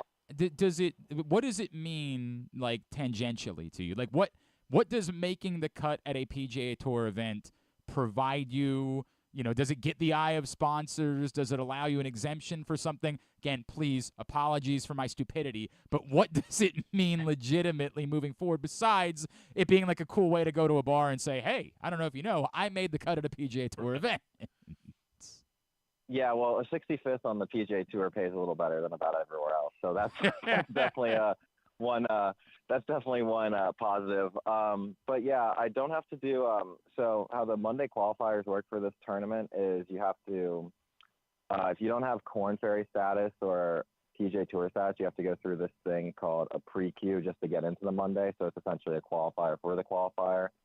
And I don't have to do those again for the rest of the 2024. So like this one, for example, I had to do a qualifier just to get into the qualifier, but now I can just sign up for the PGA Tour Monday qualifiers the rest of the year, which is really nice because they're actually the PGA Tour Mondays are usually around 50 or 60 guys for 4 spots. Obviously, there are some where 110, 120 guys play if the Corn Ferry Tour is off that week. But I feel like with making the cut last week, I'm probably going to have about 8 to 10 more opportunities this year to Monday into an event. And, hopefully I've had a pretty good track record in playing well into Mondays. So hopefully I can catch lightning in a bottle again and get a few more starts this year.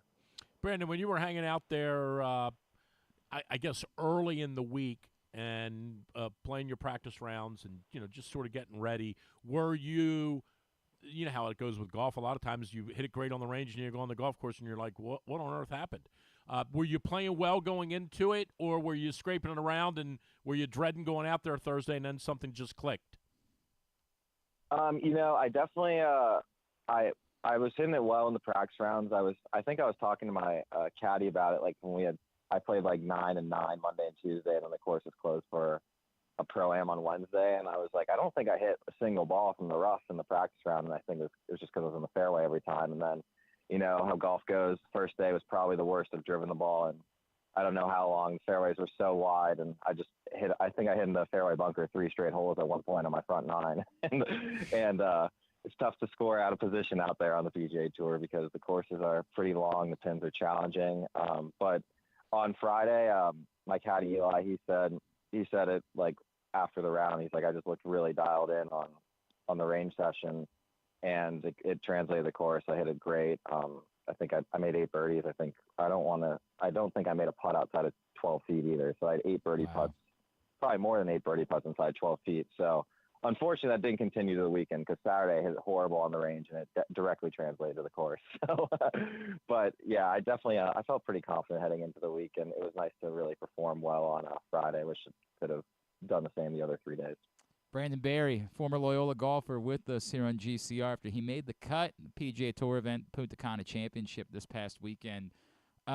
Brandon, I wonder if we can go back for a second because I don't know the story. I work at Loyola. I'm play-by-play guy over there. I know what a special place it is, but why was that the place for you? And why was, Chris Beloga, my old buddy, why was that the path for you to try to get yourself to this place where you'd have the opportunity to continue doing this for the rest of your life?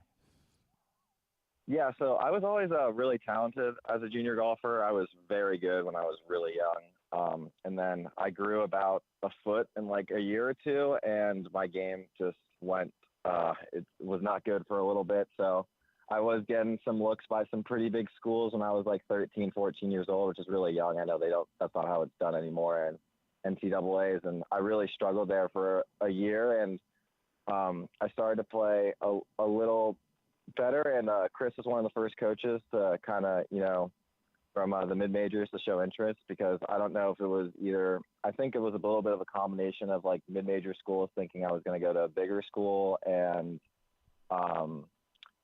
not recruiting me because like I remember when I first reached out to him, he told my swing coach that he didn't realize that I would be someone he could get. But, I loved Chris. He showed immediate interest in me. I played really well the only time he watched me before offering me. Everyone in the Baltimore community said really positive things about him. And, I definitely, looking back on it, wouldn't change a thing. I love Loyola. I definitely I had a really nice senior year there, and probably could have transferred to about anywhere for my 5th year, but I really just wanted to, spend another year in Baltimore and Loyola. I really enjoyed my time there, and I miss Baltimore. Like, I'm excited to come back up for the summer here shortly and hopefully catch some Orioles games and play some golf up there. That's cool. Brandon, I meant to ask you this the other day. I'm trying to come up with things that I didn't ask you when I had you on at 105.7. From a golfing standpoint, obviously I've known Chris since he was 15 years old, and he's an incredibly talented player. What did he teach you about golf, in coaching wise?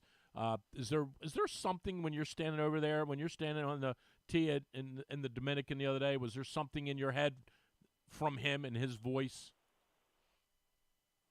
I definitely I felt like I kind of was a good practicer before I got to college, but I always was asking him, what some of the other great players at Loyola who come through would kind of how they'd prep and stuff. And he'll tell you, like my first college event, I finished 3rd, and he walked with me all 54 holes. And I wish it would have just been as smooth sailing as that for the rest of my career, but I think my next event I finished last. So of course, we had a little bit of both ends of the spectrum. Right. Yeah, we had a little bit of both ends of the spectrums. And but he really helped me with my short game. I definitely I've always been a pretty naturally gifted ball striker, but he chips and putts it. It honestly blows my mind because he won't touch a club for a couple months, and his touch is just so great. And I don't touch a club for a couple of days, and it's like my chipping and putting feels are a little off. But definitely one thing I feel like that's really stuck with me is like just getting in. I do the same thing every single day when I get to the putting green. I like hop on a mirror for about 5 to 10 minutes, make sure my setup's good on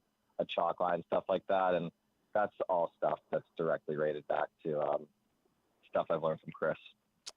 Brandon, lay it out for me. What's next? Like, what does it look like? Is it, you're showing up for all these Mondays now moving forward? Like you're just going from town to town? What does the next? Yeah.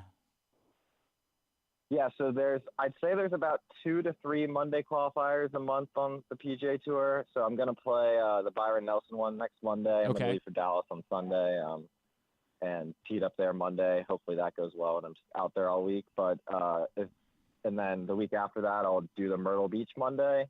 And then after the Myrtle Beach Monday, I'm going to head back up to Virginia for the summer, and I'll do about 3 state opens, and then just Monday qualifiers. definitely, they're all pretty much flying. I can't really drive to anything because they got rid of all the signature event Mondays. They got rid of. So like last year I did the Travelers Monday. That one doesn't exist anymore. Same with the Wells Fargo. So definitely gonna be doing some traveling to the Midwest and I guess a little bit the West Coast. I think there's one or two out there towards the end of the year, but yeah, I'll be racking up a lot of miles on the airlines. I mean, you're young. This seems like a pretty decent way to spend your summer, if I'm being honest. It doesn't seem so bad. Yeah, and definitely then, better than behind a desk. Right? And then, the other side of it, like when we say, hey, you're the first ever, Loyola golfer to make the cut on a PGA Tour event, what does it mean? I know you want to do this for you. Like, I understand that.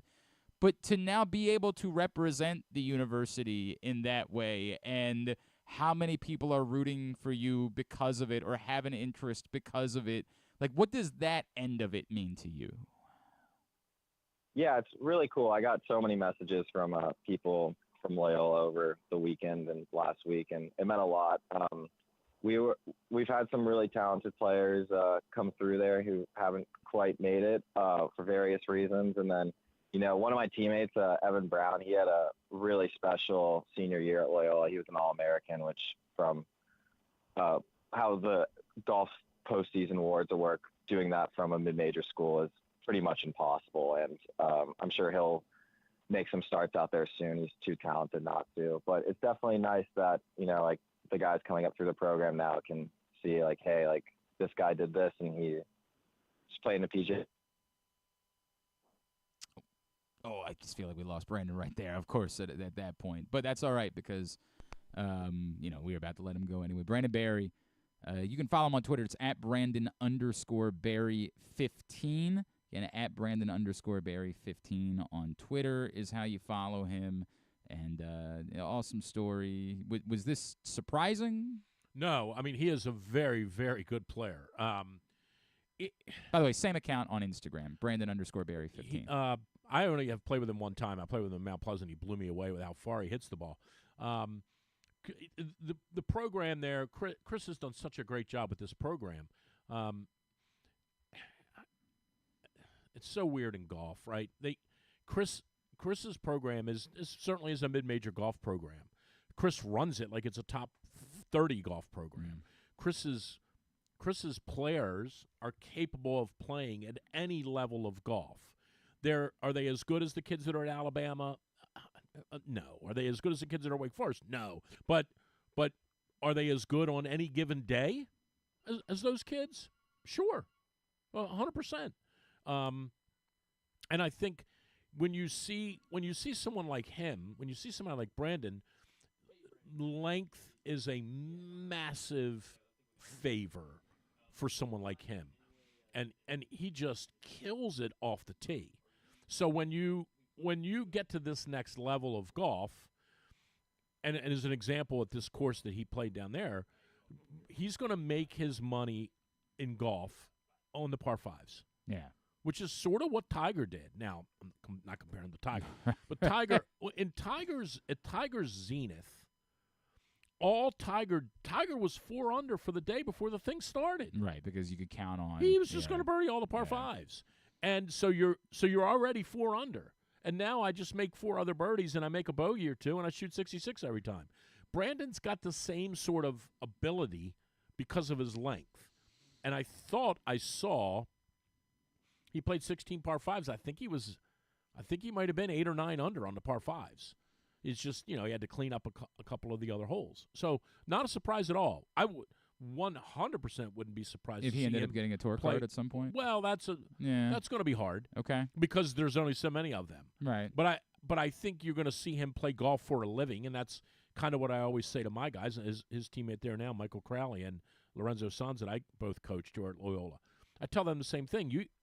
I think you're both going to play golf for a living someday. Are you going to win a PGA Tour event? I don't know about that. Right. But I think you're going to make a living playing golf, or you're at least going to make money playing golf. He just made whatever it was, $9 or $10 grand. Yeah, it's decent. And it was a small event, right? Right. So I think he's got a real chance to make another event this year. I really do. And he's just his work on the par fives. as far as he hits it, if he plays the par fives well, he could do something. He's a really, really nice player. Drew Forrester in studio with us. Thanks again to Brandon Barry for taking the time for us this morning. Today's show also brought to you by Sports and Social, the best place to watch all of the big events, including tomorrow night. Find out where everybody is going during the course of the draft. You got the giant media wall. You can bet will be props available during the draft, plus the great food and drink specials. There is just no better location for watching big events than inside Live Casino and Hotel at Sports and Social. They'll also, of course, have the basketball and the hockey playoff games going on because the media wall is so giant that you can have another big screen TV that's got the game on to the side of whatever the featured event is. So make sure you get your reservations in to hang out at Sports and Social for tomorrow night and for the playoffs. Real quick, what did you think about the Reggie Bush thing today? What happened? They are restoring his Heisman Trophy. They're giving him his trophy back. They are making him part of the Heisman fraternity again. USC will get a replica trophy back. They are retroactively pretending like they never took it away from him. Right. And this is just refresh my memory. The original story was he took the money. Right. He took money from an agent originally, right? Mm-hmm. I guess I would just ask why. Like, what? Are they restoring it because they discovered they were wrong, or are they restoring it because the times have changed? They're restoring it in part because the times have changed and in part because of the pressure that was put on them by other Heisman Trophy winners. Johnny Manziel said he'd never go to the ceremony again if they didn't put Reggie Bush back in. Some of the other USC Heisman Trophy winners suggested that they would start, separating themselves from the Heisman Trust. All right. So, I mean, look, here's the reality of the whole story. You can go back and when was? But Reggie? they are saying that like Bush? the introduction of NIL has in their statement they've said we are. But here's the reality. When was he the 04? 05. Okay. Yeah. Go through. Pull up every name from 04 to now. Heisman Trophy. Just pull them up real quick, Garrett. Pull those up. So every one of those kids was getting money. Well, yeah, sure. They were all getting money. Right. They just happened to catch him. Yes. They were all getting money. Every single one of those kids. So you caught him. You took his trophy away. Had you investigated Manziel at all? Well, Manziel openly admitted you to would have it. taken his money. You would have taken his trophy too. Manziel just did a documentary a year ago where he laid out all of the money that he took. You would have taken his money away. All those kids were on the take. Every one of them. So, I feel like I'm getting softer in my old age, but let's just call it like it is. Every one of those kids was cheating. Are you taking all of their Heisman trophies away? They were all cheating. Just give it back to him. I'm not okay with you using the word cheating.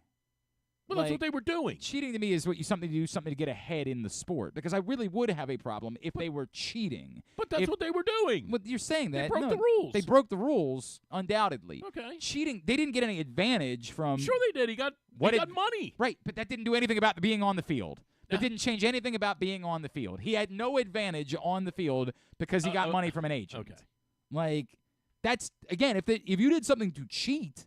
Whatever that is, we could have that conversation, and I might feel differently about that. Every one of those kids. Read them off there, Skip. Do you know who won in 03? Just read it. Just read the list. Just stop. 05 was Reggie Bush. Troy Smith. He got money. Tim Tebow. He definitely got money. Bradford. Money. Mark Ingram. Got money. Cam Newton. Well, Tebow didn't, by the way. Because he's perfect. Go ahead. Yeah. Cam Newton. RG3. Wait. Cam Newton didn't. Go ahead. Johnny Manziel. We're done. Just give it back to him. Unless you want to go back and look and comb through all of these things to find out what the deal was with Tebow and what the deal was with all these guys, just give it back to him. And I would use one of your lines, like, you guys got to kind of get over yourselves a little bit. I say this in the nicest way I can. When I say this, it sounds like I'm denigrating it. But I'm not. It's a freaking Heisman Trophy. Who cares? Just give it to him. Well, it's it's not a big deal. They were by the way, did you try calling him, Griffin? Yeah, he should be calling in. Okay. It's not a big deal. It's the Heisman Trophy. It's not like a guy cured leukemia. Just give him the Heisman Trophy. It's a bit absurd. Like, this is a bit. And they were all doing it. And if there was no history of this, right? And all of a sudden, out of nowhere, this was the Chris Washburn NC State story where they were giving Washburn money in 1983 when air quotes here, when no one was doing it. Yeah, you better be careful about that. Jimmy V. You better be careful about that. But they were all giving these kids money. Just give them their award back. I don't know why this would have I would have taken this long. I really don't know why it would have taken this long. And I appreciate Johnny Manziel, and in part, I don't want to credit Johnny Manziel because Johnny Manziel, somebody had to say to him, by the way, this is laughable, right? Like, you're still going out there and making money off being a Heisman Trophy winner when you have openly admitted to the things that you were doing when you were in college, and yet Reggie Bush isn't allowed to. Like, somebody had to put him on the spot, and he was like, oh, yeah. I It's guess a little bit like the Pete Rose thing, the Hall of Fame thing, too. Like, just Pete Rose, I've said this forever, Pete Rose is way better off not being in than being in. He is the Scarlet Letter. Yeah, I mean, from a financial standpoint. You say that, and you might be right. I don't think he would have made more money not being a Hall of Famer. I don't know that it's different. I don't know that it's different. Okay. I don't know that it's any like. Pete's made a lot of money. I do think that like the Hall of Fame does some of the work for you sometimes, and that's he the benefit. Be in, by the way, Reggie Bush, if you want to consider the Heisman, to be like a 1-year Hall of Fame kind of thing. No, I don't have no problem with Reggie Bush getting his thing back. I really don't. Pete Rose has zero business being in the Hall of Fame. Zero. It's a complicated conversation. Zero.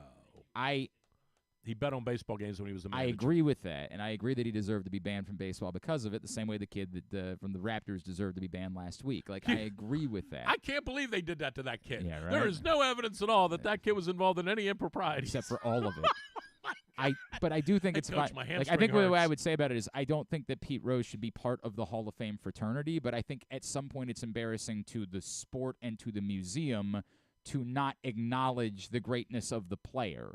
Like, there's a line between you know what those I'm going two to say? things. I say this all the time. Right, I've yeah, said it put about Perry it on Bonds. the plaque. Right, Put it like, on I their understand plaque.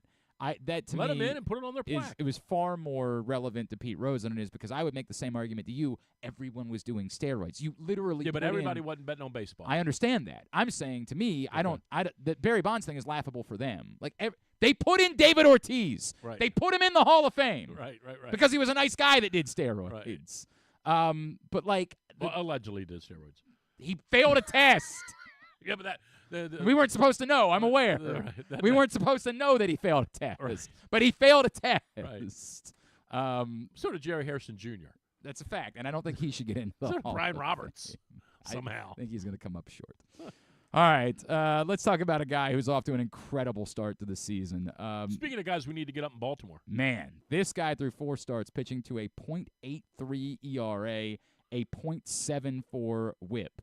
And this is in a place where, like, everybody talks about how it's so hitter-friendly. Let's get Elias on the phone. Well, let's slow down before we force anything. But Cade Povich, as we make a trip down to Norfolk to chat with a top pitching prospect in the Orioles system and a guy who's having an unbelievable start to the year. Cade, it's Glenn and Drew in Baltimore. It's great to chat with you, man. Thank you so much for taking the time for us this morning. Of course. Great to talk to y'all, too. Thanks for having me. Absolutely, man. What did you have a feeling? Like, I'm calling Elias right now. Settle down over there.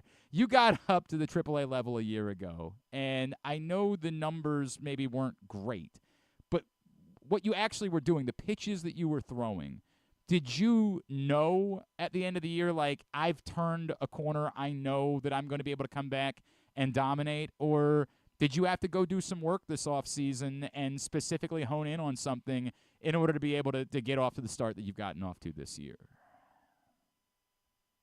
I mean, I think coming in, finishing off the year with the final month of the season that I had, built a little bit of confidence for me going into the off season, and kind of looked at some things that I thought I needed to work on and build on from that last month into spring training and into the start of this year, and so far those things have paid off.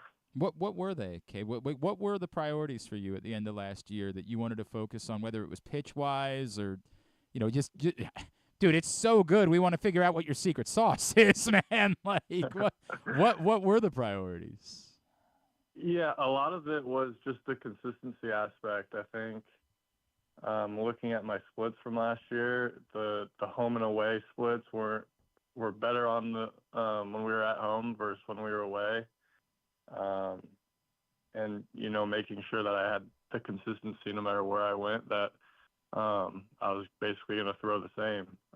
And then coming into spring training, in big league camp, we talked with some of the pitching coordinators, Frenchie, Ramsey, just as far as like pitch selection and especially my changeup. And that's been something. The changeup has been a pitch that we've worked on the past couple of years that I think we finally kind of figured something out that's consistent with the movement and the feel of when I throw it. So we sat down and we looked at, kind of when I've been throwing that pitch and how I haven't thrown it in the past in spots that it would probably be most effective. So switching up a little bit of that, I've thrown the changeup a little bit more this year and have found consistency and some more success with it.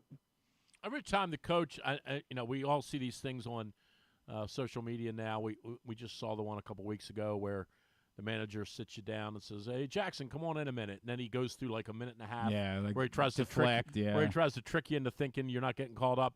Every time the manager says, "Hey, Cade, you got a second?" Do you get goosebumps thinking this might be the time?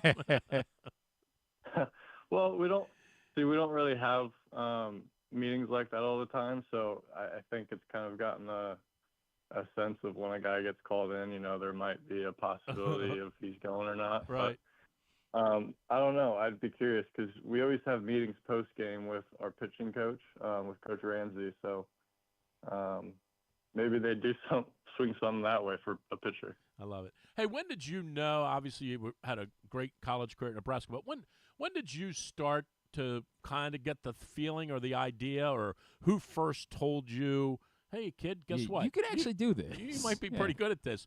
When did that happen for you? Well, it was something I always wanted to do growing up. I was a big. We all did. Being left-handed. Yeah, I was a big fan of Kershaw, and so I always kind of wanted to be like him growing up. And then in high school, I was a late bloomer. I was probably still throwing 83 my senior year of high school, so I wanted to play as long as possible and hoped that I could develop and maybe grow at some point, and hope everything else came, and just kept believing in myself, talking with coaches in college, and was lucky enough to get picked in 21.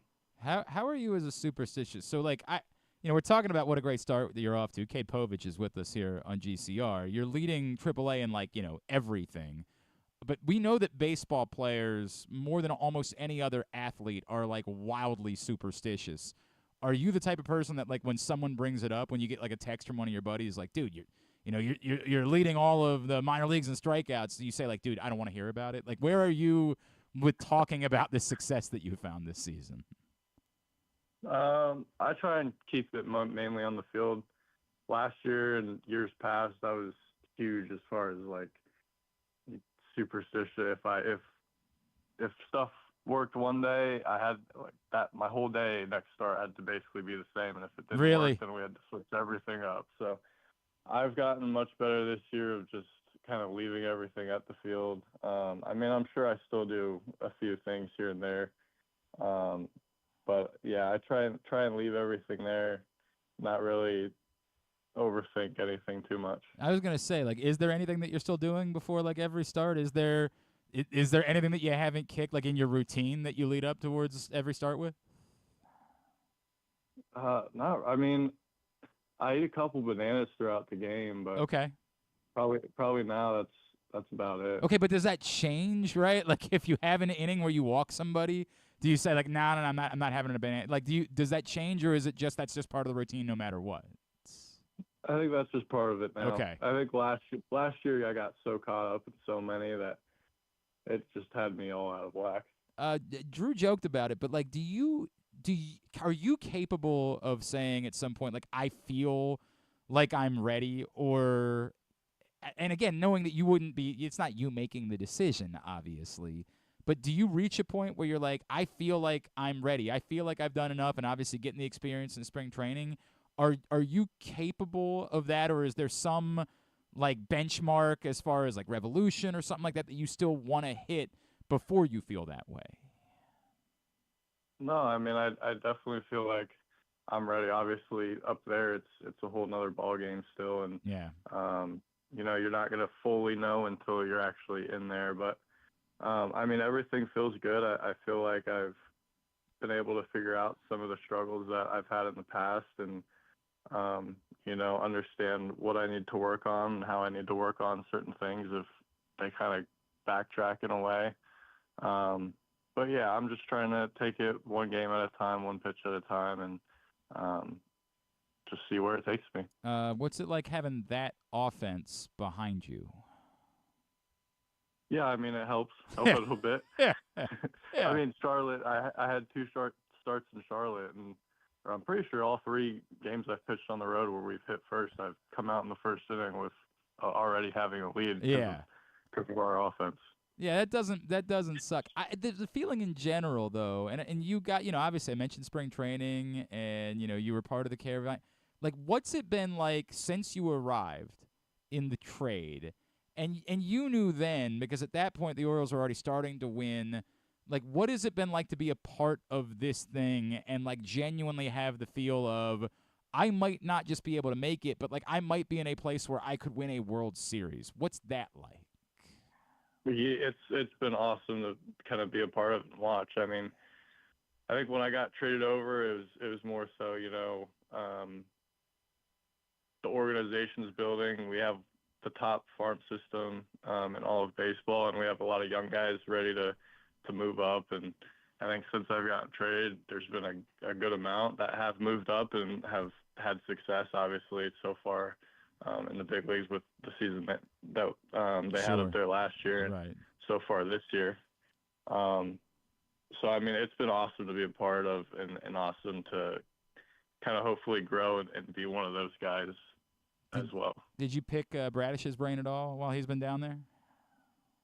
Yeah, I mean, I've gotten to kind of pick everybody, like Means being here the past few weeks, and then also, you know, I spent a little time in Charlotte this off season, so I was with Irv a little bit. Oh, that's cool. So I got to spend a little bit of time with him, and then in big league camp, all the pitchers are very approachable, so it's easy to talk to them, whether it's in the locker room or on the field doing PFPs or something. What's something that maybe you've picked up from somebody else whether it's, you know, a pitch or just your approach, what's something that maybe you've picked up from any of the conversations that you've had with these guys over the last couple of years?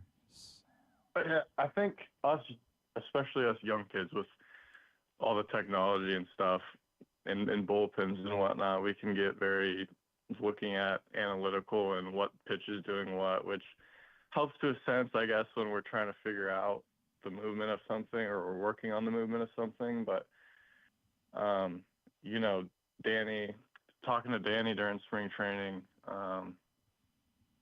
it's kind of like you're not going to have that stuff out. I mean, I guess some stadiums now are showing the pitch metrics, I've heard, but for the most part, when you're pitching, you're not going to be switching up grips and whatnot, trying to change movement. So just kind of going into pens, acting almost as if it's game-like and, you know, not worrying about how much pitch is moving, because essentially, like, in game, you might not have a pitch in a game that you normally have, and so you got to kind of find a way to work around that and make the adjustment.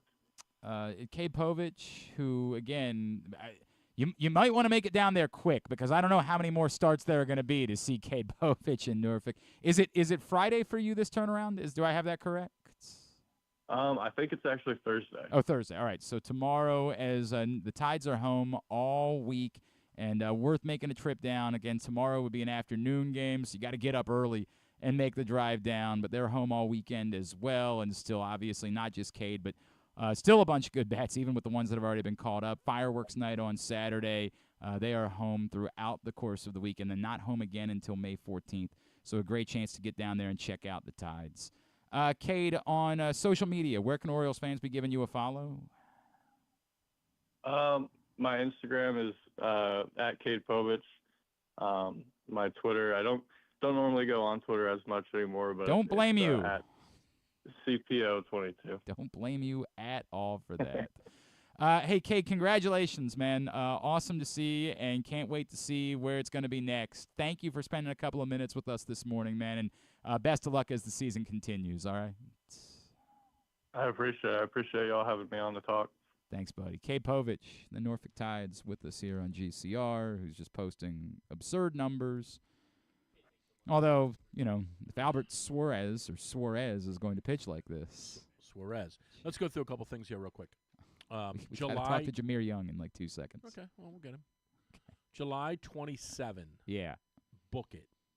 What's and July 20, I want to meet these 27? dudes. Oh, OAR? Yeah. I mean, and Fits in the Tantrums. Mrs. Clark and I are planning on going to that show, so. Hello? You want to be my date? You want me to kick Mrs. Clark off the... But get 3 tickets. Well, I don't know.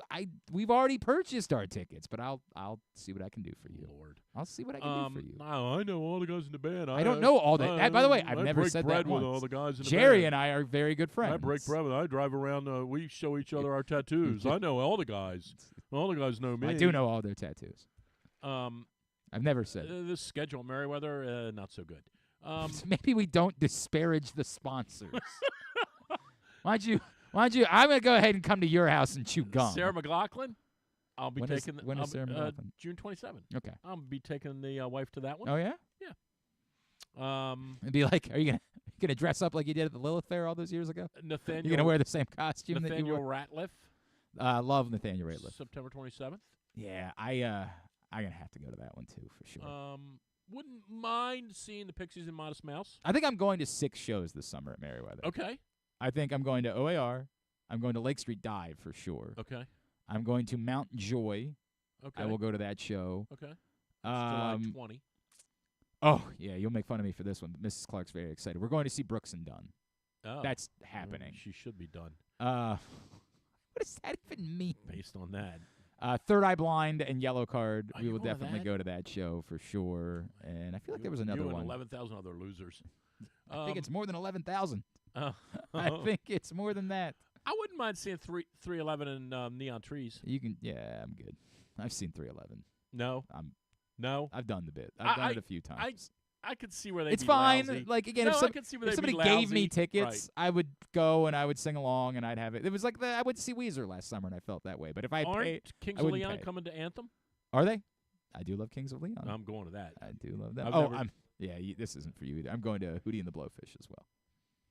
Well, I mean, if you want to go back to 1996, go back. I'm doing that. Why don't you just go back? And you know what? Actually, God, I might have spent it all summer at Merriweather because I will definitely end up being at the All-Time Low show. That'll definitely end up happening. And they're still doing it, huh? They're still very popular. They're still broke, huh? No, I don't think they're broke. I think they're quite fine, in fact. They just choose to keep doing it. I think I'll probably end up at the Tedeschi Trucks Band show as well, for sure. Why don't you just buy a season ticket? Yeah, I actually was wondering if season tickets might be available because I was looking at how many shows I was planning on going to. And Hosier's playing too, and I would love to go to that, but it ends up being a lot. Yeah, I'm excited. Going to spend my summer at Merriweather. Okay. Looking forward to that. I think Hosier's actually playing twice at Merriweather this summer. I think he's doing a show by himself and then coming back later in the summer as part of a festival. Okay. I think he's doing the whole thing. All right.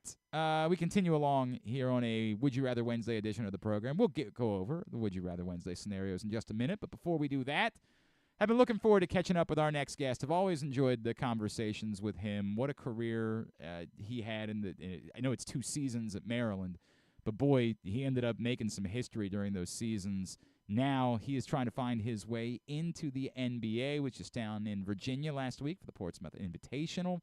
He is, of course, former Terps point guard Jahmir Young, and he's back with us now here on GCR. Kind of breaks your heart to say former. Yeah, I don't like that at all. Yeah. Jahmir, it's Glenn. Drew Forrester's here with me this morning. It's always great to chat with you, man. Thank you for taking the time for us this morning. Yes, of course. No, thanks for having me. Absolutely. Jahmir, I'm going to ask this question to you. The time that you spent getting to come back home and play at Maryland for 2 seasons, I know that you would have liked to have won more games this year and would have liked to have made another trip to the NCAA tournament. But what did it mean to you to be able to spend these 2 seasons back in front of your friends and family and accomplishing the things that you were able to accomplish at Maryland? Yeah, I mean, really, like a dream come true. Like just, growing up, just wanting to be in a Maryland uniform and, being able to transfer back home in front of my family and friends. Like you said, it was like a dream come true. So I'm just grateful for that opportunity, really. And, for me to just know that it's over now is crazy to think about. But, I'm just grateful for the time that I had here. You had the option before last season to maybe consider going somewhere else in the portal, and there were plenty of places that would have wanted you and would have thrown a lot of things at you, or maybe you could have already made the step to get started in your pro career. You came back to Maryland. It again, from a wins and losses standpoint, it didn't go the way that you wanted it to. Would you go back and change anything about the decision process if you were given the opportunity to? No, I'll keep everything the same. Everything happened for a reason. I feel like I came in this to prove what I could do and elevate my game. And I feel like Coach Willer and his staff really pushed me this year and last year to elevate my game and, just develop as a person on and off the floor. So I wouldn't really change anything. Jahmir, we know what you're capable of doing, man. Like you by God, you just took over games by yourself so many times this year. Is it frustrating to you that you still get overlooked? That there are still people that just say, "Yeah, but he's not big enough." How frustrating is it that no matter how many times you've proved something against the highest levels of competition, there is still someone who says, "Yeah, but sorry, you're just not." You're not good enough, and to not be in your control necessarily. How infuriating is that? Yeah, I mean, of course it's frustrating, but it's been that way my whole life. I've been doubted my whole life, and for me, I just turned it into motivation, and that's what really got me to this point. It's foolish for me to stop that now. So I mean, I'm used to it, and I'm ready to prove everybody wrong. So. That's all to it. Jahmir Young, former Terp, with us here on GCR as he's now trying to work his way through to the NBA. Jahmir, what do people miss about you when they just obsess over your height, right? What do they miss, whether it's an NBA team, a scout, any of this dopes on the internet that think that we know what we're talking about? What do people miss about you, the basketball player, when all they talk about is, your size? Just using my quickness for advantage, just being crafty, being able to, manipulate defenders and, just the competitor that I am. I wouldn't let a couple inches stop me from, competing against top guys in the country. So, so it's really just me just being a competitor and just wanting to win. Jahmir, when you look back at last season, and there's a old coach's saying, right? It's never a failure if you learned a lesson. What did you learn from the season? It was obviously very frustrating. You guys had some good wins. You had a couple that got away from you at the end, and you had the Michigan State game, and a couple of other ones that were right there for the taking. What was the one thing you look back on now that you kind of learned, either as a player or just as a competitor? I would say just how tough it is to win, how tough it is to stay connected when things don't go your way, when things start to go downhill, how level-headed you have to be. And I feel like I just grew as a leader in that process. So I feel like I became a better leader. I learned how to, what a good team looks like, and I learned how a team that struggles, what they have to work on. So just me going into a situation, just already knowing how the team has to be in order to be successful. Knowing how much you went to a lower level, not to take anything away from Charlotte, but you went to a mid-major in order to earn your way back. Do you feel like you are maybe more uniquely prepared than maybe some other guys are for what it might take for you in order to live out your dream of playing in the NBA? Do you feel like you are already ready? If I've got to go this place, if I got to go that place, I'm going to do whatever it takes in order to make this happen for me. Yeah, of course. And I'm so thankful for my time at Charlotte. I'm glad I was able to pick the perfect spot for me out of high school. So just building good habits. When I was at Charlotte, just taking everything day by day and building good habits. Really just taking that every day and really just transferring that over when I came to Maryland and still doing the same habits. And, thanks to Cody Campbell for being close to me. He was my assistant coach at Charlotte, Okay. so we were very close, and he was in the gym with me every day, just getting up shots, just working on little things, even if it's like 30 minutes and it's not that long. He would watch film with me, so I'm just bringing those habits to Maryland, and it went well for me. So I'm gonna keep doing that, and just keep building good habits, and just be the rest of God. Jimmy, what would you want people? You know how fickle fans are, right? And like a year ago, everybody was ready to say, Kevin Willard might be the greatest coach in the history of basketball, and then a couple of losses, and all of a sudden, I'm not sure if this guy knows how to. Like, you just know how this works. Like, everybody's their opinion. Put your finger in the wind. That's the way it goes. What would you want Maryland fans to know about Coach Willard and your experience, and your belief in him and what he's going to be capable of doing for this program moving forward? Yeah, no, the program is in good hands. Willard, he's such a competitor, and he brings the best out of you. Even though we didn't win as many games as we should have, he was able to still develop us. Even if it didn't seem like it, he was preparing me for the next level. Same with Dante and even Juju. So he's the program's in good hands. They're bringing in a lot of recruits, so I have no doubt in my mind that he's going to elevate this program moving forward. It seems to stand out to me that, like, even when things weren't always going best, like, you guys never let up on the defensive mentality and the relentless way that you guys played defense a year ago. Where did that come from, and why did it stay throughout the course of the season no matter what was going on? Yeah, so it really started in practice. Like, we would really get after in practice on both ends, and the practices were always harder than the games. So when we got to the games, it was just like second nature, really. But just being one of the top defensive teams in the country, that's Willard's mindset. He's a defensive coach. He gets after it, he presses. So that definitely worked in our favor. And just us losing games within 5 points, a lot of games within 5 points, it's tough, but we were in a lot of those games because of our defense. No doubt. All right, so what's the one for you? Like, what memory? The UCLA game was so much fun. Like, just the way that you took that one over. But like, what's the one that, like, 30 years from now, you're still going to think about and say, oh, this shot or this second half or whatever it was my favorite moment during my time at Maryland, and one that I know that I'll still carry with me, and I'll still be thinking about it. It'll put a smile on my face when I'm 50 years old. I would say when we beat Purdue. Yeah. Rest the court. Yeah, I've never experienced that, so I would never forget that. That was crazy. Yeah, that one didn't suck. Yeah, other than that, home game against Illinois is our Big Ten opener at home last year. When we beat them to go 8-0, and I hit the go ahead bucket with about 10 seconds. Yeah, that was awesome. I don't know how you remember all of the go-ahead shots that you hit in the final minutes. I don't know if, like, at some point you start to debate. Was that against Illinois or was that against Iowa? I don't even remember which one that one was because there were just so many of them, man.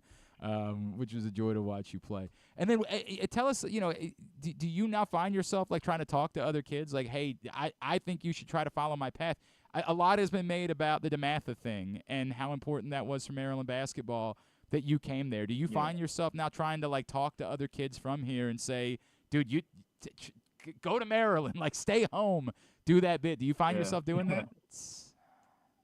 Yeah, here and there. I talk to some guys, but I just hope that they, just look to see what I did and just know that they can do it as well if they, keep working hard and, really want it. So, I definitely want to carry that on if I can. And I know guys, the transfer portal, things are crazy. Guys, wanting to come home and play for Maryland. So I feel like I'm a big part of that, and I would love for talented guys who are in the area to stay home and put on for Maryland. I love that, man. Jahmir Young. I've told you a few times, not only what a quality individual you are, but my God, to watch you play basketball, it was just a joy over the course of the last couple of years. At JAHM1R, so Jahmir, but with a 1, Young on Instagram. Flymir, 2 Ys, FLYYMIR_ on Twitter. Is there anything else that we can plug for you as you go through this process and Maryland fans want to keep following you? Yeah, no, that's really it. Just Instagram and Twitter. I'm not really active on anything else. Awesome. Jahmir, we can't wait to see what's next for you, man. Really look forward to everything that you're going to accomplish moving forward in basketball and as a person as well. Thank you for always taking the time for us during your time here. Congratulations, and we'll be in touch, all right? Yeah, no, thanks for having me again. It was great talking to you guys, and we'll talk soon. No doubt, man. Thanks, buddy. Jahmir Young with us here on GCR. Enjoy turkey. Jesus. The hell was that? I'm kidding. What in the world? I'm just aggravated. About what? The season. Well, yeah, that. I get it. You're I'm kidding. You're a number 1 fan now. I know I remember both of those 2 games. I was at both of those games. Oh, okay. Yeah, so those stand out for you why. significantly. Better than Melo? Yeah, Griffin and I talked about this a couple times. The shame of how this season went is that he didn't get his Mona Lisa. I fear that Jahmir Young will end up sort of being lumped into a combination of those guys. Melo Trimble, Anthony Cowan. Right. Like, there won't be a way that he stands out, but all of us that watch know that dude was better. Like, that dude. If he would have played all 4 years at Maryland, which no one does that anymore. Right. But if he would have played all 4 years at Maryland, he might have been Vasquez-ish. Yeah, 100%. For sure. Would have had that. Well, I mean, the team would have had to have been a little bit better, obviously. Right, but he would have been of that ilk. Yes. In terms of his special nature, the way he's remembered. I mean, the way that he would take over games. Yeah, the way he was all they had. That's part of it. Yes, is that he kind of had to take over. There were a couple of games this year where they coughed it up at the end, and he was sort of kind of, involved in that because he's the only guy they had. No choice. Yeah. They had no choice. I mean, the but play to just was say, Jahmir, go do it. Gather together real quick. Correct. Hey guys, give the ball to Jahmir. Okay, then what do we do, Coach? Just get out of his way. Just move out of the way. Get out of his way. But Coach, there's 18 seconds left. Yeah, I know. Get out of his way. Jahmir, listen to me. They're going to be clapping for the ball. Hey, throw it to me. I'm open. You don't throw it to anybody. All right. If I got to get a break, can you do what's wrong with this country / Would You Rather Wednesday? Do you have a minute? Talk about the witch hunt up in New York. That's what you're going to do. That's what you got. Well, it's funny. I've got a New York-related story for my That's What's Wrong with this country. I've got one. And I think it's... So New York is what's wrong. Well, this happened in New York. Judges up there. I don't... it's funny. There is someone whose job is to be a judge. Okay. And was in New York and didn't do that job well. We'll talk about that. That's what's wrong with this country. I think you and I might be doing the same thing today. We might be. Yeah, we'll find out. Right. We'll do that next. Glenn Clark Radio. Craving that classic New York deli experience? Look no further than the new Atman's Deli in Baltimore's Harbor Point. Corned beef piled high, hand-rolled bagels, and something different. A bar! Atman's has food and drink specials every day. Now open for breakfast, lunch, and dinner. Dine in, grab takeout, or hang out at the bar for the next O's game. Atman's Deli, an authentic taste of Baltimore tradition since 1915. Find us at Harbor Point or visit atmansdeli.com. What company makes your home more energy efficient, purifies your air, kills all viruses, and qualifies you for $6,000 in rebates? A.J. Michaels Heating and Air Conditioning in Baltimore and Annapolis at ajmichaels.com. Whether your focus is luxury and comfort, convenience and technologically advanced connectivity, or sporty performance and aggressive styling, we've got the perfect Highlander for you. Check out buyatoyota.com for deals on new Highlanders from your local Toyota dealer today. The ultimate fan experience awaits you at Sports and Social Maryland. See how we're raising the sports bar with our massive 100-foot media wall featuring 40 HD TVs and a 47-foot big screen. Bet on your favorite teams and this year's biggest events at the FanDuel Sportsbook while enjoying your favorite beers and cocktails, plus our delicious takes on bar food classics. Visit Sports and Social at Live Casino and Hotel Maryland at Arundel Mills. Must be 21. Gambling problem? Call 1-800-GAMBLER. Discover one of Baltimore's hidden gems at Guilford Hall Brewery. Enjoy dinner in our spacious brew pub. Sip a signature cocktail in our outdoor, dog-friendly beer garden. Or take a tour of our brewery. Discover your new favorite local craft beer. From crisp lagers to hoppy ales, there's something for everyone to enjoy. Pair your brew with delicious appetizers and entrees. There are options for the whole family, but you have to try our fan-favorite giant pretzel. Guilford Hall Brewery, where every sip is a celebration. Visit us online at guilfordhall.com. The latest edition of Press Box is available now. On the cover, Luke Jackson profiles Grayson Rodriguez, talking to people who have been part of his path as the Orioles hope he'll become their next homegrown ace. Also inside, we remember legendary Maryland basketball coach Lefty Driesell with stories from legends like Roy Williams and Bobby Cremins about what it was like to go up against the old left-hander. Press Box is available at over 500 locations around Baltimore, including 60 Royal Farm stores. You can also find the best daily coverage of the Orioles, Ravens, and Terps at PressBoxOnline.com. The drug scene in Maryland is changing. Fentanyl and xylazine are being added to street drugs, and you may not even know it. Xylazine is not even intended for humans, and fentanyl is an opioid 50 times stronger than heroin and contributed to over 80% of overdose deaths in our state. Anyone who uses drugs, even occasionally, is at risk of overdose.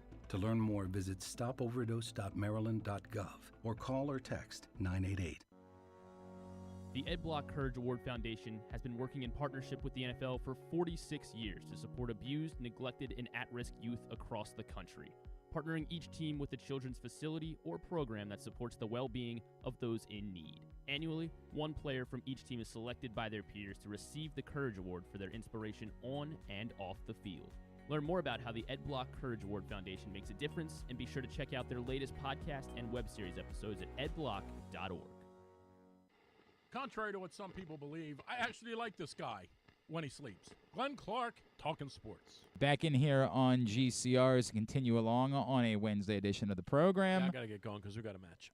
All right, real quick. Drew was enamored with the print issue of Press Box. I'm taking this with me. This is a good one. Yep, Grayson Rodriguez on the cover, so I'm starting to worry that it might be a jinx. I don't know about that. But go ahead and pick that up at your neighborhood Royal Farms, any of the hundreds of locations around town where you find Press Box. Griffin, hit the music. Don't you see something every day and you say to yourself, this is the problem with this place? Yeah, this is what's wrong with the country. What's wrong with the country is we're not willing to talk about what's wrong with the country. It's time for That's What's Wrong with This Country. That's What's Wrong with This Country is brought to you by the sponsor well, now. It's actually just the Stan the Fan variety show, which all right. Every Monday Stan, Ross, and Luke get together. Well, Stan better cough up talk some cash. baseball. Yeah, if you want to be the sponsor of this prime real estate. Right.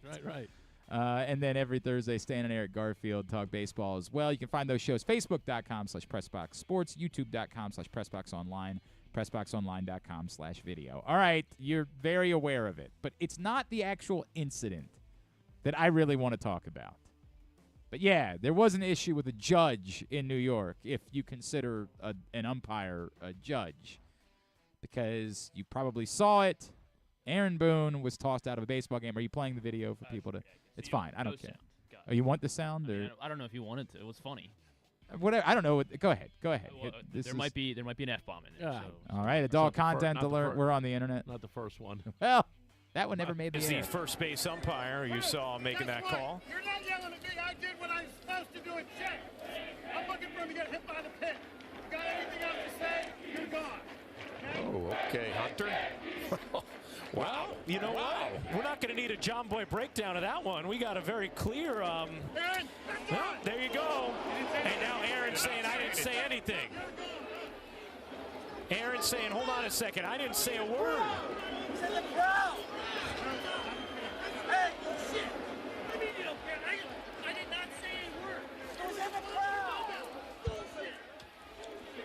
Say anything. I did not say anything, Hunter. So the funnious part is the cameras were trained on Aaron Boone. Is the first base umpire and you saw making that call. Usually the manager will be like, I didn't say anything. Right, well, except for that. Earl Weaver said that every time. Except for that. Right, yeah. But he. Courtesy of Yes, by the way. Aaron Boone didn't say a word, right? So go ahead, and I'm going to pile on in a different way. So, well, These clowns. Look, Hunter Endelstedt effed up. He wasn't aware that it was actually a fan that was sitting above the dugout who was screaming. Aaron Boone attempted to explain it to him. People get things wrong. You can be wrong. That can happen. What's wrong with this country is our inability to just say we were wrong. After the game, Hunter Wendelstedt spoke to his pool reporter. Said, I heard something from the area of the dugout, and rather than determine who said it, quote, Aaron Boone is the manager of the New York Yankees and is responsible for everything that happens in that dugout. I don't want to eject. That's correct, by the way. It's correct. I agree with that. That's correct. Here's the issue. I don't want to eject a ball player. Yeah. We need to keep them in the game. That's what the fans pay to see. Aaron Boone runs the Yankees. He got ejected. Mm-hmm. Now, look, man. People get things wrong. It happens. And by the way, I'll actually be somewhat defensive of the idea of saying, hey, I genuinely believe that I heard something from the dugout, and I didn't want to throw a player out of the game because that's who people are. There is something to be said for that. Like, if I have the option between throwing a player out of the game and throwing a manager out of the game, I'd rather throw the manager because who really cares if the manager gets thrown out of the game? It changes nothing about anyone who came here and paid their money or is watching at home. It changes the experience in no way. In a small way, I'll defend that sentiment. The problem is the unwillingness to just say these words. I screwed up. Later, I found out it was from above the dugout. I got it wrong. Right. I'm human. I made a mistake. I'm sorry. I don't know when it happened. A lot of people want to blame the former president. I think it started before that. I think he's obviously Obama? Yeah, that's the one. Yeah. That's exactly the one. President Obama? I don't think he ever got anything wrong. Oh, you're talking about Bush. First Bush, Bush or second Bush? Both. It is poisonous, particularly with young people. Poisonous. It is somehow weakness. We genuinely, whatever you do, never say you were wrong. Ever. It's New York sports radio. It's what we were joking about earlier with Mark Zeno and Mike France. Never, ever, ever say you were wrong. Let me see how Maryland did against Florida State this year. How'd they do? Correct. I've got to check in on that. How'd they do? Oh, you know what? I couldn't say I was wrong. Right. Just couldn't say that. I screwed up. Well, you know how I feel about these umpires. I'd get rid of every single one of them. But there is another issue too, right? And this is part of what's happened in our world, mostly since the advent of social media. Mm-hmm. Not just the internet, but the right now moment, social media right now. Because the internet, when it was first born, was a little bit about right now, like email. Oh, I don't have to send this to you in the mail.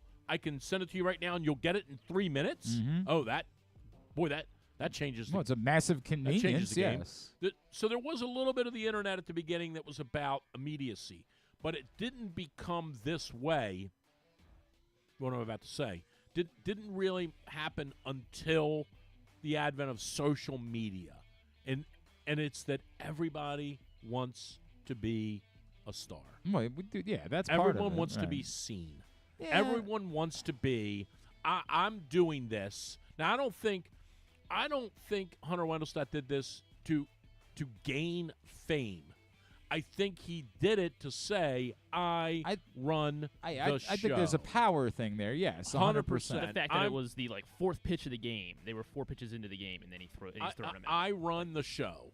I told you to stop, and when I tell you to stop, that means you have to stop, even if I'm wrong, right? And I don't want to get into this discussion about the police, but part of what's happened over the years is very similar with the police, right? They've gone from, and when I grew up, when the police said jump, you said how high. But the times have changed in some ways because the police have used that exercise way too much to their advantage. There's a power issue there. 100%. Right? Yes. Right. Now, again, it's not all police. It's not all, not at all. But we've seen this, and we've seen this break out in other areas of the world. That when I say jump, you have to say how high, and then if I say 6 feet, it better be 6 feet, and if it's not 6 feet, I gotcha, right? And it is a little bit of what I always say. It's a little bit of the gotcha mentality in our world. I gotcha. Nope, no, you didn't. I didn't hear those people say that in the dugout. That's all I got to say. Just say you were wrong. Yeah, that's it. That's all it takes. I can't say I was wrong because I gotcha. Right. Aaron, I told you not to say anything else. Right. But I gotcha. Yeah, I gotcha. Sure. And it's part of what I have the upper hand here. And then if I say I got it wrong, then I've lost the upper hand. 100%. Now I'm the next time I throw you out, correct, you're going to say to me, "You remember that yeah, time you screwed up the last time? Remember that in New York? Yeah, I got to keep the upper hand. We can't just. Everybody's got to be a star, and everybody's got to do the gotcha. And I do think it's mostly social media. Look right now. Well, there's no doubt that, and I talk about this with like the people running red lights recklessly. Like it's my life is more important than yours. I have convinced myself that everything that I do matters and nothing that you do matters because I can create a world in which that's the case. But this to me, I constantly. But you hit it right on the head.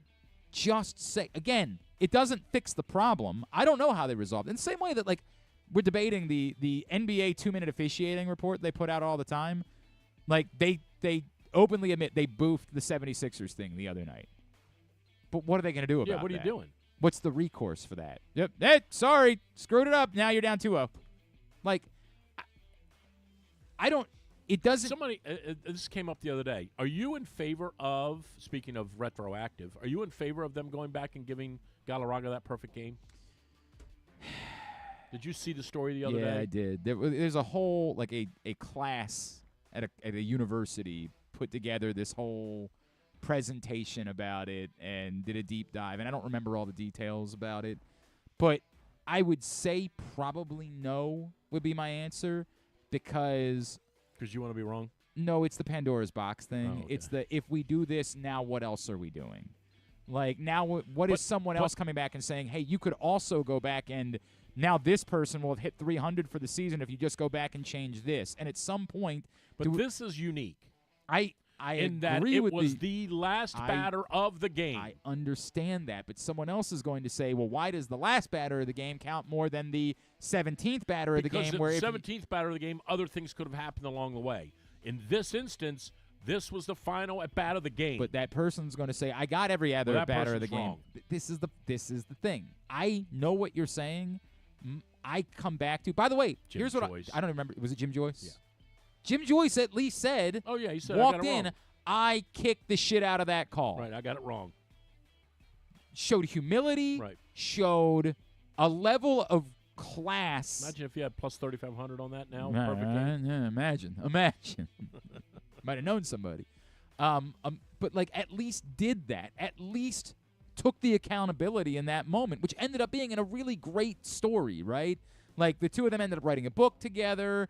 As a country, we show great appreciation for, hey, you got it wrong, but you acknowledge that you got it wrong. And it allowed Armando Galarraga the opportunity to also show dignity and humility and empathy for someone who effed up in that moment. It was a wonderful story, a wonderful representation to our children about who we should be as humans. I messed up.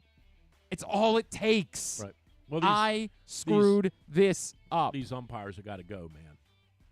The quicker we get a tin can in there, the better. They got to go. I completely agree with that. They got to go, man. Did you see the strike 3 was for Cedric Mullins last night? I did.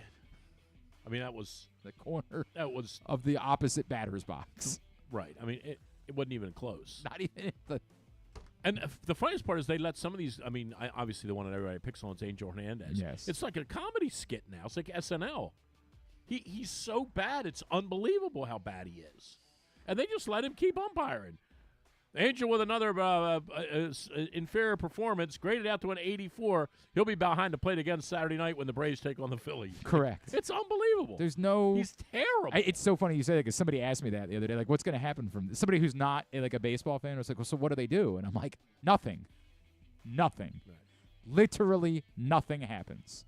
What are they going to do about the – I think the NBA maybe does punish their officials when they – like, the thing with the 76ers was bad, man. Everybody saw it. Oh. The guy got mauled. 100%. Got mauled. And just in the emotion of the moment, and it's Madison Square Garden, and they just swallowed their whistle. Home cooking. And listen to all of the dumb Fs who say, well, you can't make that call in the moment. Like the idiots at the end of the UConn-Iowa women's Final Four game. They were like, well, you just can't call that in that moment. Yeah, it's a foul, but you just can't call – what? Like, that's what happened. I mean,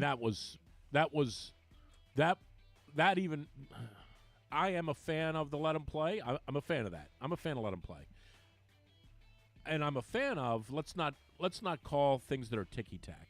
That wasn't even close to ticky-tack. It was an obvious – ticky-tack called and said – it was a horrible screen that was set. You got to blow the whistle. Horrible. Yeah, it was a bad – it was awful. It was a bad foul. It was a foul 1,000 times out of 1,000. And for as much as he tried to, like, tiptoe through it, Ariyama knew it was a foul. Yes. He knew. I mean, he did say – just trying to, he did say, like, tough way to lose. But by the way, it is a tough way to lose. Yeah, I agree.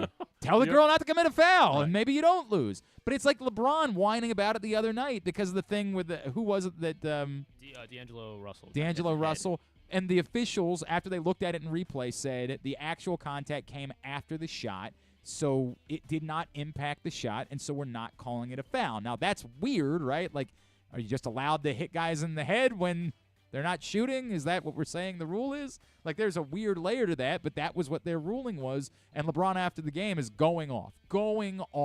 Storms out. Why do we even have a replay center? Like, bro, your team was up by 23 points.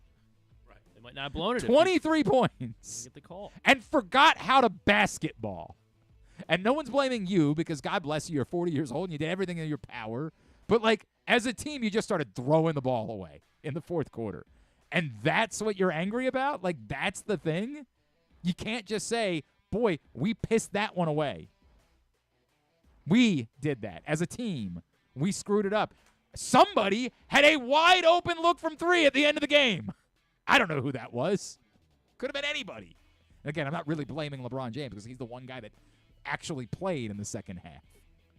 But, like, maybe that had something to do with why you lost the basketball game. Maybe. I don't know.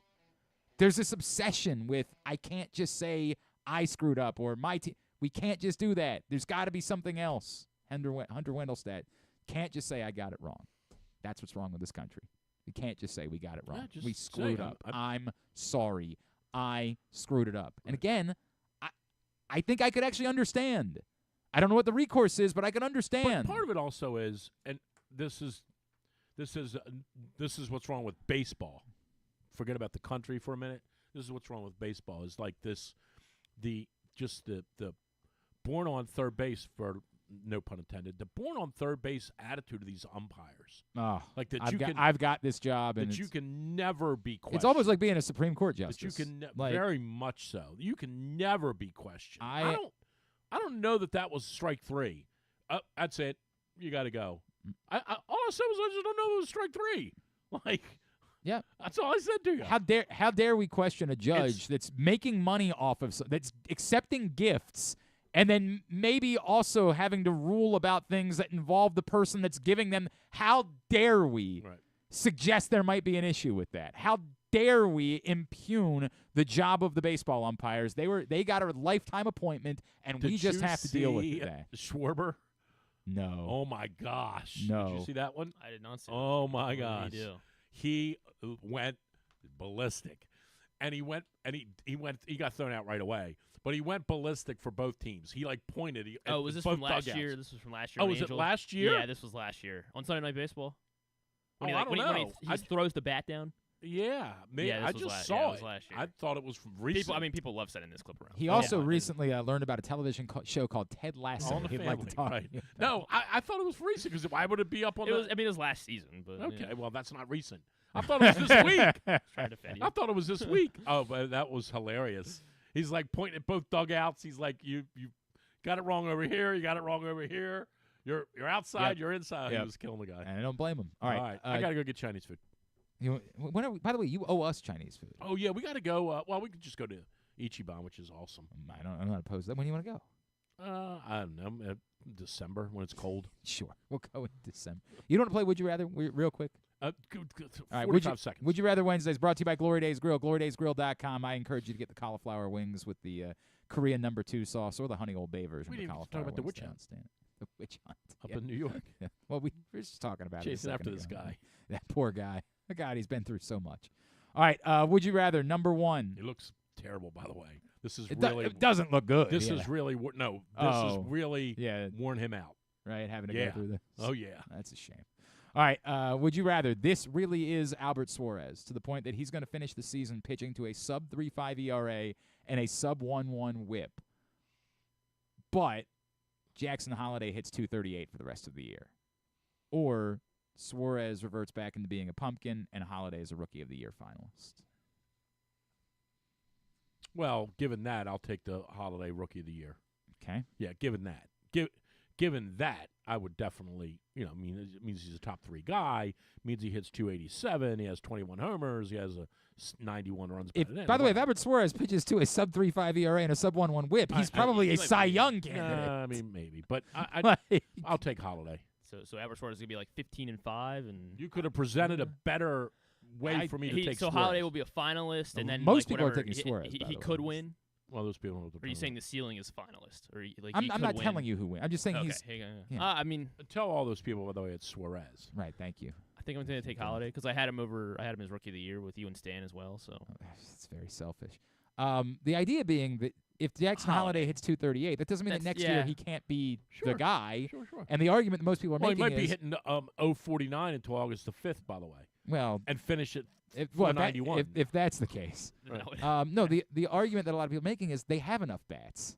They have plenty of bats to overcome it for 1 year. Totally agree. And if I'm not saying agree with Jackson that, Holliday too. can't then become the guy that you thought he was going to be next year or the year after that. It's just that for this year he's not going to be that guy, and they have plenty of bats to overcome that. Whereas the questions we have is, do they have enough pitching to get through the entirety of the season? And so if you're telling me that Albert Suarez really is this, it's not going to allow a run ever. Sub-3.5 ERA, sub-1.1 whip is top of the league. That's what Derek Lowe used to do. Love Derek Lowe. Number 2, would you rather? I ran this through the, what do they call this? The trade evaluator. Trade genie. Okay. No, there's a term for it. I don't remember what it is. The Ravens make this trade. Okay. Rashad Bateman plus 2 fourth-round picks, 113 and 130. Okay. For the number 45 overall pick from the Saints. Okay. And then use it to take a wide receiver. Or they just stay the course with Rashad Bateman. I have him taking Danny Pearsall in the second round. It's Ricky Pearsall. I mean, Ricky so I hope you don't have him taking Danny Pearsall. Sorry. Who knows? Yeah, maybe he's good too, right? No, I'm taking Pearsall in the second round. This is Mr. NFL Draft. No, so I'll say no to that. Dr. Draft. You'll say no. Well, because I haven't taken Pearsall. But then they could have Pearsall and another second-round pick in this scenario that we're talking about. Yeah, sure, I'll take it. What do you want? Do you want? You're getting rid of Rashad Bateman or not? Chinese food on my mind. You getting rid of him or not? Bateman? Yes. Yeah, I'm getting rid of him. Okay. What's the trade again? Oh my God, Bateman and attention. Bateman and 2 fourth-round picks for the number 45 overall pick. And I guess we'll hold on to Bateman. Oh. Okay. All right. That does seem like a steep price. Yeah, it's a steep price. That does seem like it is, but I got to make the math. I got to make the math work. We're giving you a former first-round pick and 2 fourth-round picks. I understand that, but you have not committed to his future. He's not been. There's you could get more. You get more. You got to make the math work in order to make the pick happen. And number 3, the story came out recently about a gentleman in Britain. I'm not sure. Did you see anything about this particular story, Drew? I don't believe so. This man was barred from yoga because. Okay. Well, I mean. He has the biggest penis in the UK. So much so that I feel like they kicked him out of yoga because they thought he was standing at attention. I feel like this is. When really, he just has a giant penis. I'm not so You're not going to show me a picture. No, I don't believe I have a picture. I have a picture of the man. Here's the very unassuming-looking gentleman, not the guy that you would think would have. No, I would have thought he got banned. That is exactly who that is exactly. His name is Matt Barr from the New York Post. His downward dog is a bit too distinctive. So much for bigger being better. The UK's most well-endowed man, Matt Barr, claims that his Titanic tallywhacker has caused him some big problems, including. So what's the question? Do I want to go to yoga with him? Would you rather? Imagine you're 23 again. Okay. Jeez. You can spend exactly 1 year living as this man. Okay. 1 year. You don't have to give me the second. You're the. You don't have to give me the second part. Or no. No. Wait. It actually seems like it might be a burden. I got to go get Chinese food. I think I'll do the 1 year. You think for 1 year you can handle that? You get kicked out of yoga, you'll be all right? It's okay. Be all right. Hey, I got kicked out of yoga. You want to know why? But he says that women are saying no. Yeah. They're saying that's sorry. We can't. Yeah. We can't be with you. Yeah. Like we can't. Yeah. It's gonna hurt. I'm not sure I buy that. No. I'm not sure I buy that. I think that might be. I'm to understand. I'm not so sure I buy it. And if that is the case, then all right, then I'm stuck with it for 1 year. For 1 year, yeah, and like, you all can right, take your chances. You're gonna find women say, all right, I gotta go. Drew'sMorningDish.com. You and Chuck Sunday 4 to 6. Yeah, 4 to 6. Chuck Sapienza and I. Fairways and Greens on 105.7 The Fan. That's Drew Forrester. Drew'sMorningDish.com. Continue to get me your responses for Would You Rather Wednesday, presented by Glory Days Grill. Someone will receive just for participating. By the way, with one caveat. You don't get to do the bit where like, oh, I don't think they could get that in a trick. No one asked. You have to answer the question. If you don't answer the question, you are not eligible to win the $25 gift card to Glory Days Grill. If you try to griffin it up and say something like, well, but what if... No, but I got a couple people try to do the bit today where Or if they're it's a third rounder, not 2-4. No. I might do that. No. Really? You'd be more inclined to give away a third rounder than 2/4? Fourth round picks to me at that point. I had it reversed. Yeah, I don't know what you're. Yeah. Like for the Saints, they might. If you try to do that, also if you try to weasel your way out of it by like not really, like a lot of people are like, well, I was married when I was 23. Shut the F up, man. You know what we're asking. You understand why we're asking it. But that guy was married. So. Thank you. At Glenn Clark Radio on Twitter. Change the question. Facebook. Yes, I'm Bill. I'm the star of the show. Worry about me. No, Chief. Play the game. Or don't. And don't win the $25 gift card to Glory Days Grill. And don't be mad at me when you can't be eating delicious wings, ribs, and burgers later tonight. That's on you. Tell your children why it is that they're stuck with meatloaf at home tonight instead of enjoying all of the delicious food at Glory Days Grill. But if you are just willing to play the game, glorydaysgrill.com, you can enjoy a $25 gift card to Glory Days Grill. Again, at Glenn Clark Radio on Twitter, facebook.com/Glenn Clark Radio to get your responses in. We'll come back in and get a tidbit and Tubi to wrap it up for a Would You Rather Wednesday edition of Glenn Clark Radio. Hey Birdland, celebrate Orioles manager Brandon Hyde on Saturday, April 27th. Watch the Orioles take on the Oakland Athletics at 4:05. Be one of the first 20,000 fans 15 and over and receive an exclusive Brandon Hyde 2023 AL Manager of the Year bobblehead. Come out early. Gates will open 2 hours prior to the first pitch for Early Bird Saturdays with happy hour, live music, and more. Join in on honoring the O's skipper and buy your tickets today at Orioles.com/tickets. Hartford Community College will host the National Junior College Athletic Association's 2024 Men's Lacrosse National Championship and Women's Lacrosse Invitational on May 11th and 12th at Hartford Sports Complex, 401 Thomas Run Road in Bel Air, Maryland. The semifinals on May 11th include the Women's Invitational, with the Women's North A representative playing the Mid-Atlantic B representative at 10 a.m., and the Women's North B representative facing off against the Mid-Atlantic A representative at 12:30 p.m. For the men's championship, the number 1 seed will play the lowest remaining seed in the quarterfinal round at 3:30 p.m. The men's number 2 seed will face off against the highest remaining seed at 6 p.m. May 12th is reserved for the National Championship games at noon for the women and 4 p.m. for the men. Tickets are $20 each day at HartfordEvents.com or at the gate if available. The ultimate fan experience awaits you at Sports and Social Maryland. See how we're raising the sports bar with our massive 100-foot media wall featuring 40 HD TVs and a 47-foot big screen. Bet on your favorite teams and this year's biggest events at the FanDuel Sportsbook while enjoying your favorite beers and cocktails, plus our delicious takes on bar food classics. Visit Sports and Social at Live Casino and Hotel Maryland at Arundel Mills. Must be 21. Gambling problem? Call 1-800-GAMBLER. Hungry? With 7 locations throughout Maryland, Glory Days Grill is always right around the corner. They have wings, burgers, salads, sandwiches, and drinks to satisfy everyone, as well as tons of televisions and sound delivered right to your phone. Glory Days is the best place to watch football or whatever your favorite sport is. While you're there, be sure to check out Goose Flights Lager, named in honor of legendary Raven Tony Goose Siragusa. $2 of every can is donated to the Goose Flights Foundation. Glory Days Grill. Great food, good sports.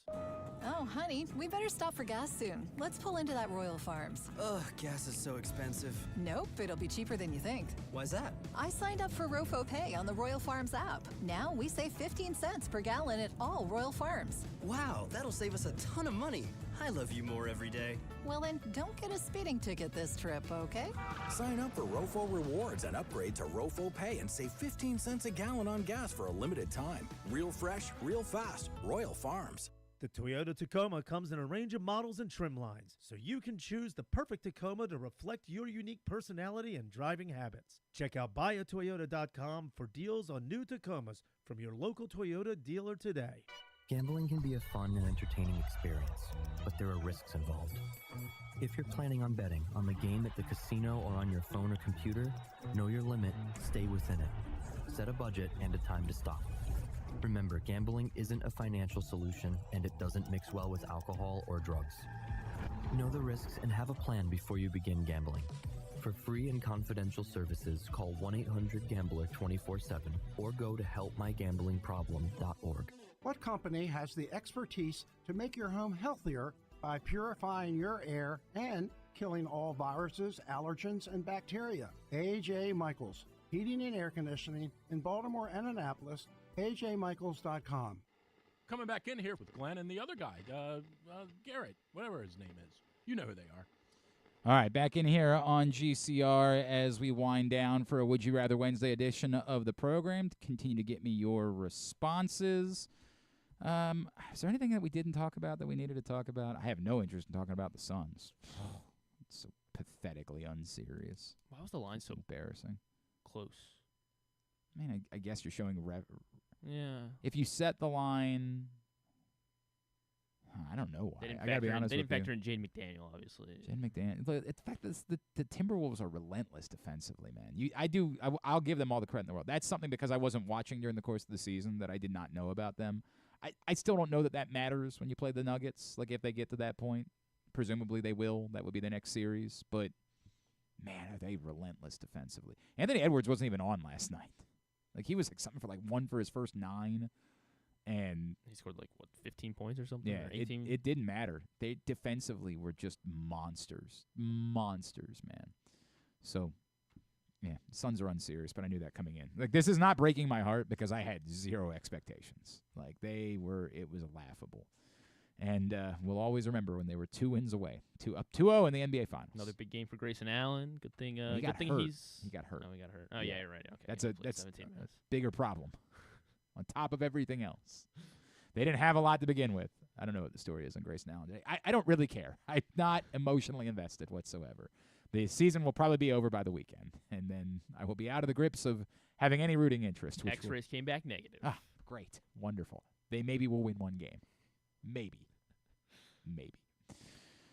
All right. Let's get a tidbit. Tidbit is brought to you today by, this one will be brought to you by your local Toyota dealer. BuyAToyota.com, proud sponsors of County Sports Zone, countysports.zone for the latest in high school spring sports, baseball, softball, boys and girls lacrosse. We are getting into the home stretch of high school sports season. So you can find all the scores, schedules, rankings, play Pick'em, all at countysports.zone, brought to you by your local Toyota dealer. The team that did win last night, my Pacers. Your Pacers evened up the series 1-1. Pascal Siakam did something for the Pacers. Did you know he was a Pacer, by the way? I think I did. I knew he wasn't a Raptor anymore. I think I was pretty sure he was still a Raptor. My friend told me like 2 weeks ago that he was a Pacer, and I was like, what? No, he's not. But I think it was a similar way that I knew that. Like, if you had asked me this 3 months ago, there's no way I would have known he was a Pacer. Well, but I guess knew. I guess he was traded in February, or was it? Maybe it was an earlier season trade. I don't know. But yeah, he was traded this season. But yeah, so he did something that has not been done since 1967. Back-to-back games to open up the playoffs. Of 35 points, 10 rebounds. That hasn't been done since when? 1967. That's really surprising. 35 and 10. 35 and 10. Elgin Baylor. No. It always feels like it's Elgin Baylor. If it had been like 1962, it probably would have been Elgin Baylor. Right. How about the Big O, Oscar Robertson? Not the Big O. How about Wilt Chamberlain? Yes, correct. Okay. Right. Wilt Chamberlain and Pascal Siakam, the last two to do this in NBA history. How about that? In the playoffs to start the 35 and 10.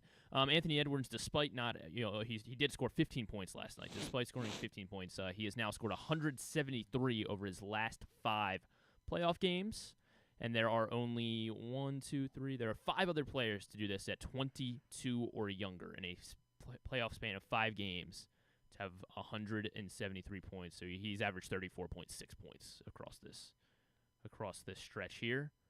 5 other players to do that at 22 or younger. Kobe. Kobe is on the list.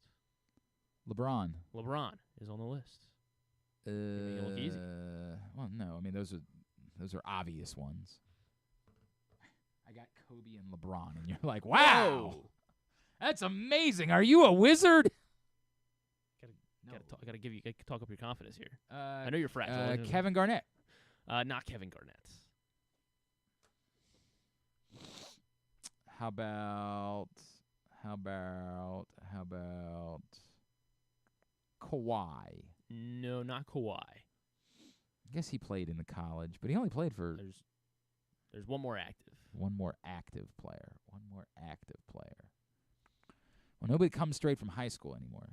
Yes. Anthony Davis. Not Anthony Davis. He came from overseas. Came from overseas. Doncic? Yes, Luka Doncic. 2 more remaining. One was back in the... Moses Malone. Not Moses Malone. Early 70s. Early 70s. Kareem? Yes, Kareem Abdul-Jabbar. And then one more, he was a member of your sons. Was a member of my sons. I guess maybe not technically. I guess this would have been right before you. Would have been before they became your sons. For the Suns. Before they became the Glenn Clark Sons. Right, everybody knows now they're the Glenn Clark Sons. Right before then. But he was on the Glenn Clark Sons. Amari? Yes, Amari Stoudemire. Yeah, he's definitely I have a signed Amari Stoudemire jersey at home. The Suns gave that to me on my way out the door. The Suns were so good to me. They gave me an autographed Amari Stoudemire jersey. I've never framed it. I've never. You should wear it. Yeah, I just show up wearing an autographed jersey. Like I don't know that it would really be worth something. Like right. It was just a that nice. was why I have a Nick Markakis, a signed Nick Markakis. Yeah, I mean jersey, I think it means something to you, but not really to anybody else. Right. And like that's the awkward part. Like I should probably just put it in a frame and put it up somewhere in my house. In the den. But I don't have one of those. Kids. Yeah, they were very nice to me. All right. Very good. Yeah. All right. Tubular. Basketball today. Yep. Tubular brought to you by Atman's Deli in Harbor Point. Everything you love about the original Atman's, but now they also have a full bar at Atman's Deli Harbor Point. Daily specials available at atmansdeli.com. As there's always something great going on, and you can order right online from atmansdeli.com, but I would encourage you to stop in and check out the all-new Atman's. If you use the code SAVINGS2323 right now, you can buy one, get one 50% off any hot dog at atmansdeli.com. Atman's Deli in Harbor Point, the latkes, everything delicious, the matzo ball soup, all right there, Atman's Deli in Harbor Point. Here's what's coming up, totally tubular. Again, the Orioles play this afternoon. The finale of the series against the Angels. Dean Kramer on the mound against Tyler Anderson, 4 o'clock on MASN 2, and also in the rest of the country on MLB Network. Stevenson Lacrosse is at Albright tonight at 7 on GoMaxSports.tv. Other baseball, MASN and MLB TV, Dodgers Nationals, 6:45. MLB Network has Diamondbacks Cardinals at 1. Locally, Mets Giants, the late afternoon game. Obviously, the rest of the country gets Orioles Angels. Marlins Braves at 7. Padres Rockies at 10:30. ESPN Plus Blue Jays Royals at 7:30. NBA playoffs, just 2 games tonight. Heat Celtics game 2 at 7. Pelicans Thunder game 2 at 9:30 on TNT and True TV. ESPN Stanley Cup playoffs, Bruins Maple Leafs game 3 at 7. Golden Knights Stars game 2 at 9:30. TBS for Kings Oilers game 2 at 10 o'clock. They also have AEW Dynamite tonight at 8. And the USA Network for Crystal Palace and Newcastle United this afternoon at 3. Some non-sports highlights? Not We haven't even really. talked about your breakdown of Swerve winning the AEW World Championship. Oh, Swerve won? Swerve Strickland, now the world champion. It's a big deal. Congrats to Swerve. Swerve. I love Swerve. He was actually in a faction with our buddy AJ Francis for a little while in WWE. And, AEW's not my thing. You know that. No, well, I thought you were an MJF guy. Well, he hasn't. When's the Right, last time because he's been been injured. on? Yeah, Like, that's a great point. Bring him back, and then When Cody was there, though, you were big into. Yes. Yeah, you're a finish the story man. Exactly. Obviously, finish the story. I'm sure you know that. It's just begun. Becky Lynch won the women's championship this week after Rhea Ripley had to let it go due to injury. Yes. Yeah. Oh, you're really angry about that? I mean, don't blame me for going being behind the worked. scenes Don't blame and- me for being worked up about it. Don't blame me at all. Non-sports? Not really. Okay. A new episode of Survivor, a new episode of Bad Batch, the Star Wars Clone Wars, and on Disney Plus, and that is it. A new episode of Under the Bridge on Hulu, not the Red Hot Chili Right, Peppers. not about the Red Not Hot really. Chili Peppers. It's really, really concerning for me at all times. Otherwise, I finished my rewatch of Entourage. Good. Done. Congrats. Done. So I've got room for something else now. Mm. Got room. You got a suggestion? I do need to watch. I never watched the Entourage movie, so I need to watch that at some point. But it's not available. You got to buy it. Are they related, or it's just like? Well, after the show ended, they came back and made a movie. It was the same guys. Yes. Okay. Yes. It did not get good reviews, so I chose that I was. Like, how long is it? If it's like a 90 Well, minute. but I'm not going to pay. I'm not going to rent it. Oh, you can't. Like, if it comes to a streaming service, I'll watch it. I'm not going to choose to rent the Entourage movie. I'm not going to do that. But yes, if you have any other suggestions, I do want to start. What's the name of the Robert Downey show? Sympathizer. Sympathizer. I do want to start watching that for sure. All right. I mean, Thanks. you can, go ahead and start it. Like, there's only like 2 episodes, I think, right now. So thanks to Drew. Hour 44. For the Entourage movie? Yeah. Well, it doesn't matter. It could be 6 hours. It could be 5 minutes. I wouldn't care either way. I'm not going to rent it. It was not. It was panned by critics. So I'll watch it at some point when it's available for free. Cheap. Or if you've got a suggestion of one of those websites. $2.89 off of YouTube. I'm good. Good. I can spend that money in a better way. Thanks to Drew. Thanks to Jahmir Young. Thanks to Why would Cade they not want their Povich. movie to be available? Like, It is available for $2.89. yeah. Thanks also today No to one's paying. Jesus, would you calm down, Brandon Barry? We'll get all that up in the greatest hits section of the Oh my God, it's so good. tab at GlennClarkRadio.com. Tomorrow, we'll get you ready for the draft, I guess. Yes. Probably should line up a guest. We'll talk Maryland football with Dante Schrader. Oh, Dante Trader is going to join us as the spring game is Saturday. I think the new Mount St. Mary's basketball coach, Donnie Lind, is going to join us tomorrow, and we'll make a trip to Bowie. Dylan Beavers, right, is going to join us, and Stuff and Things. Stuff and Things.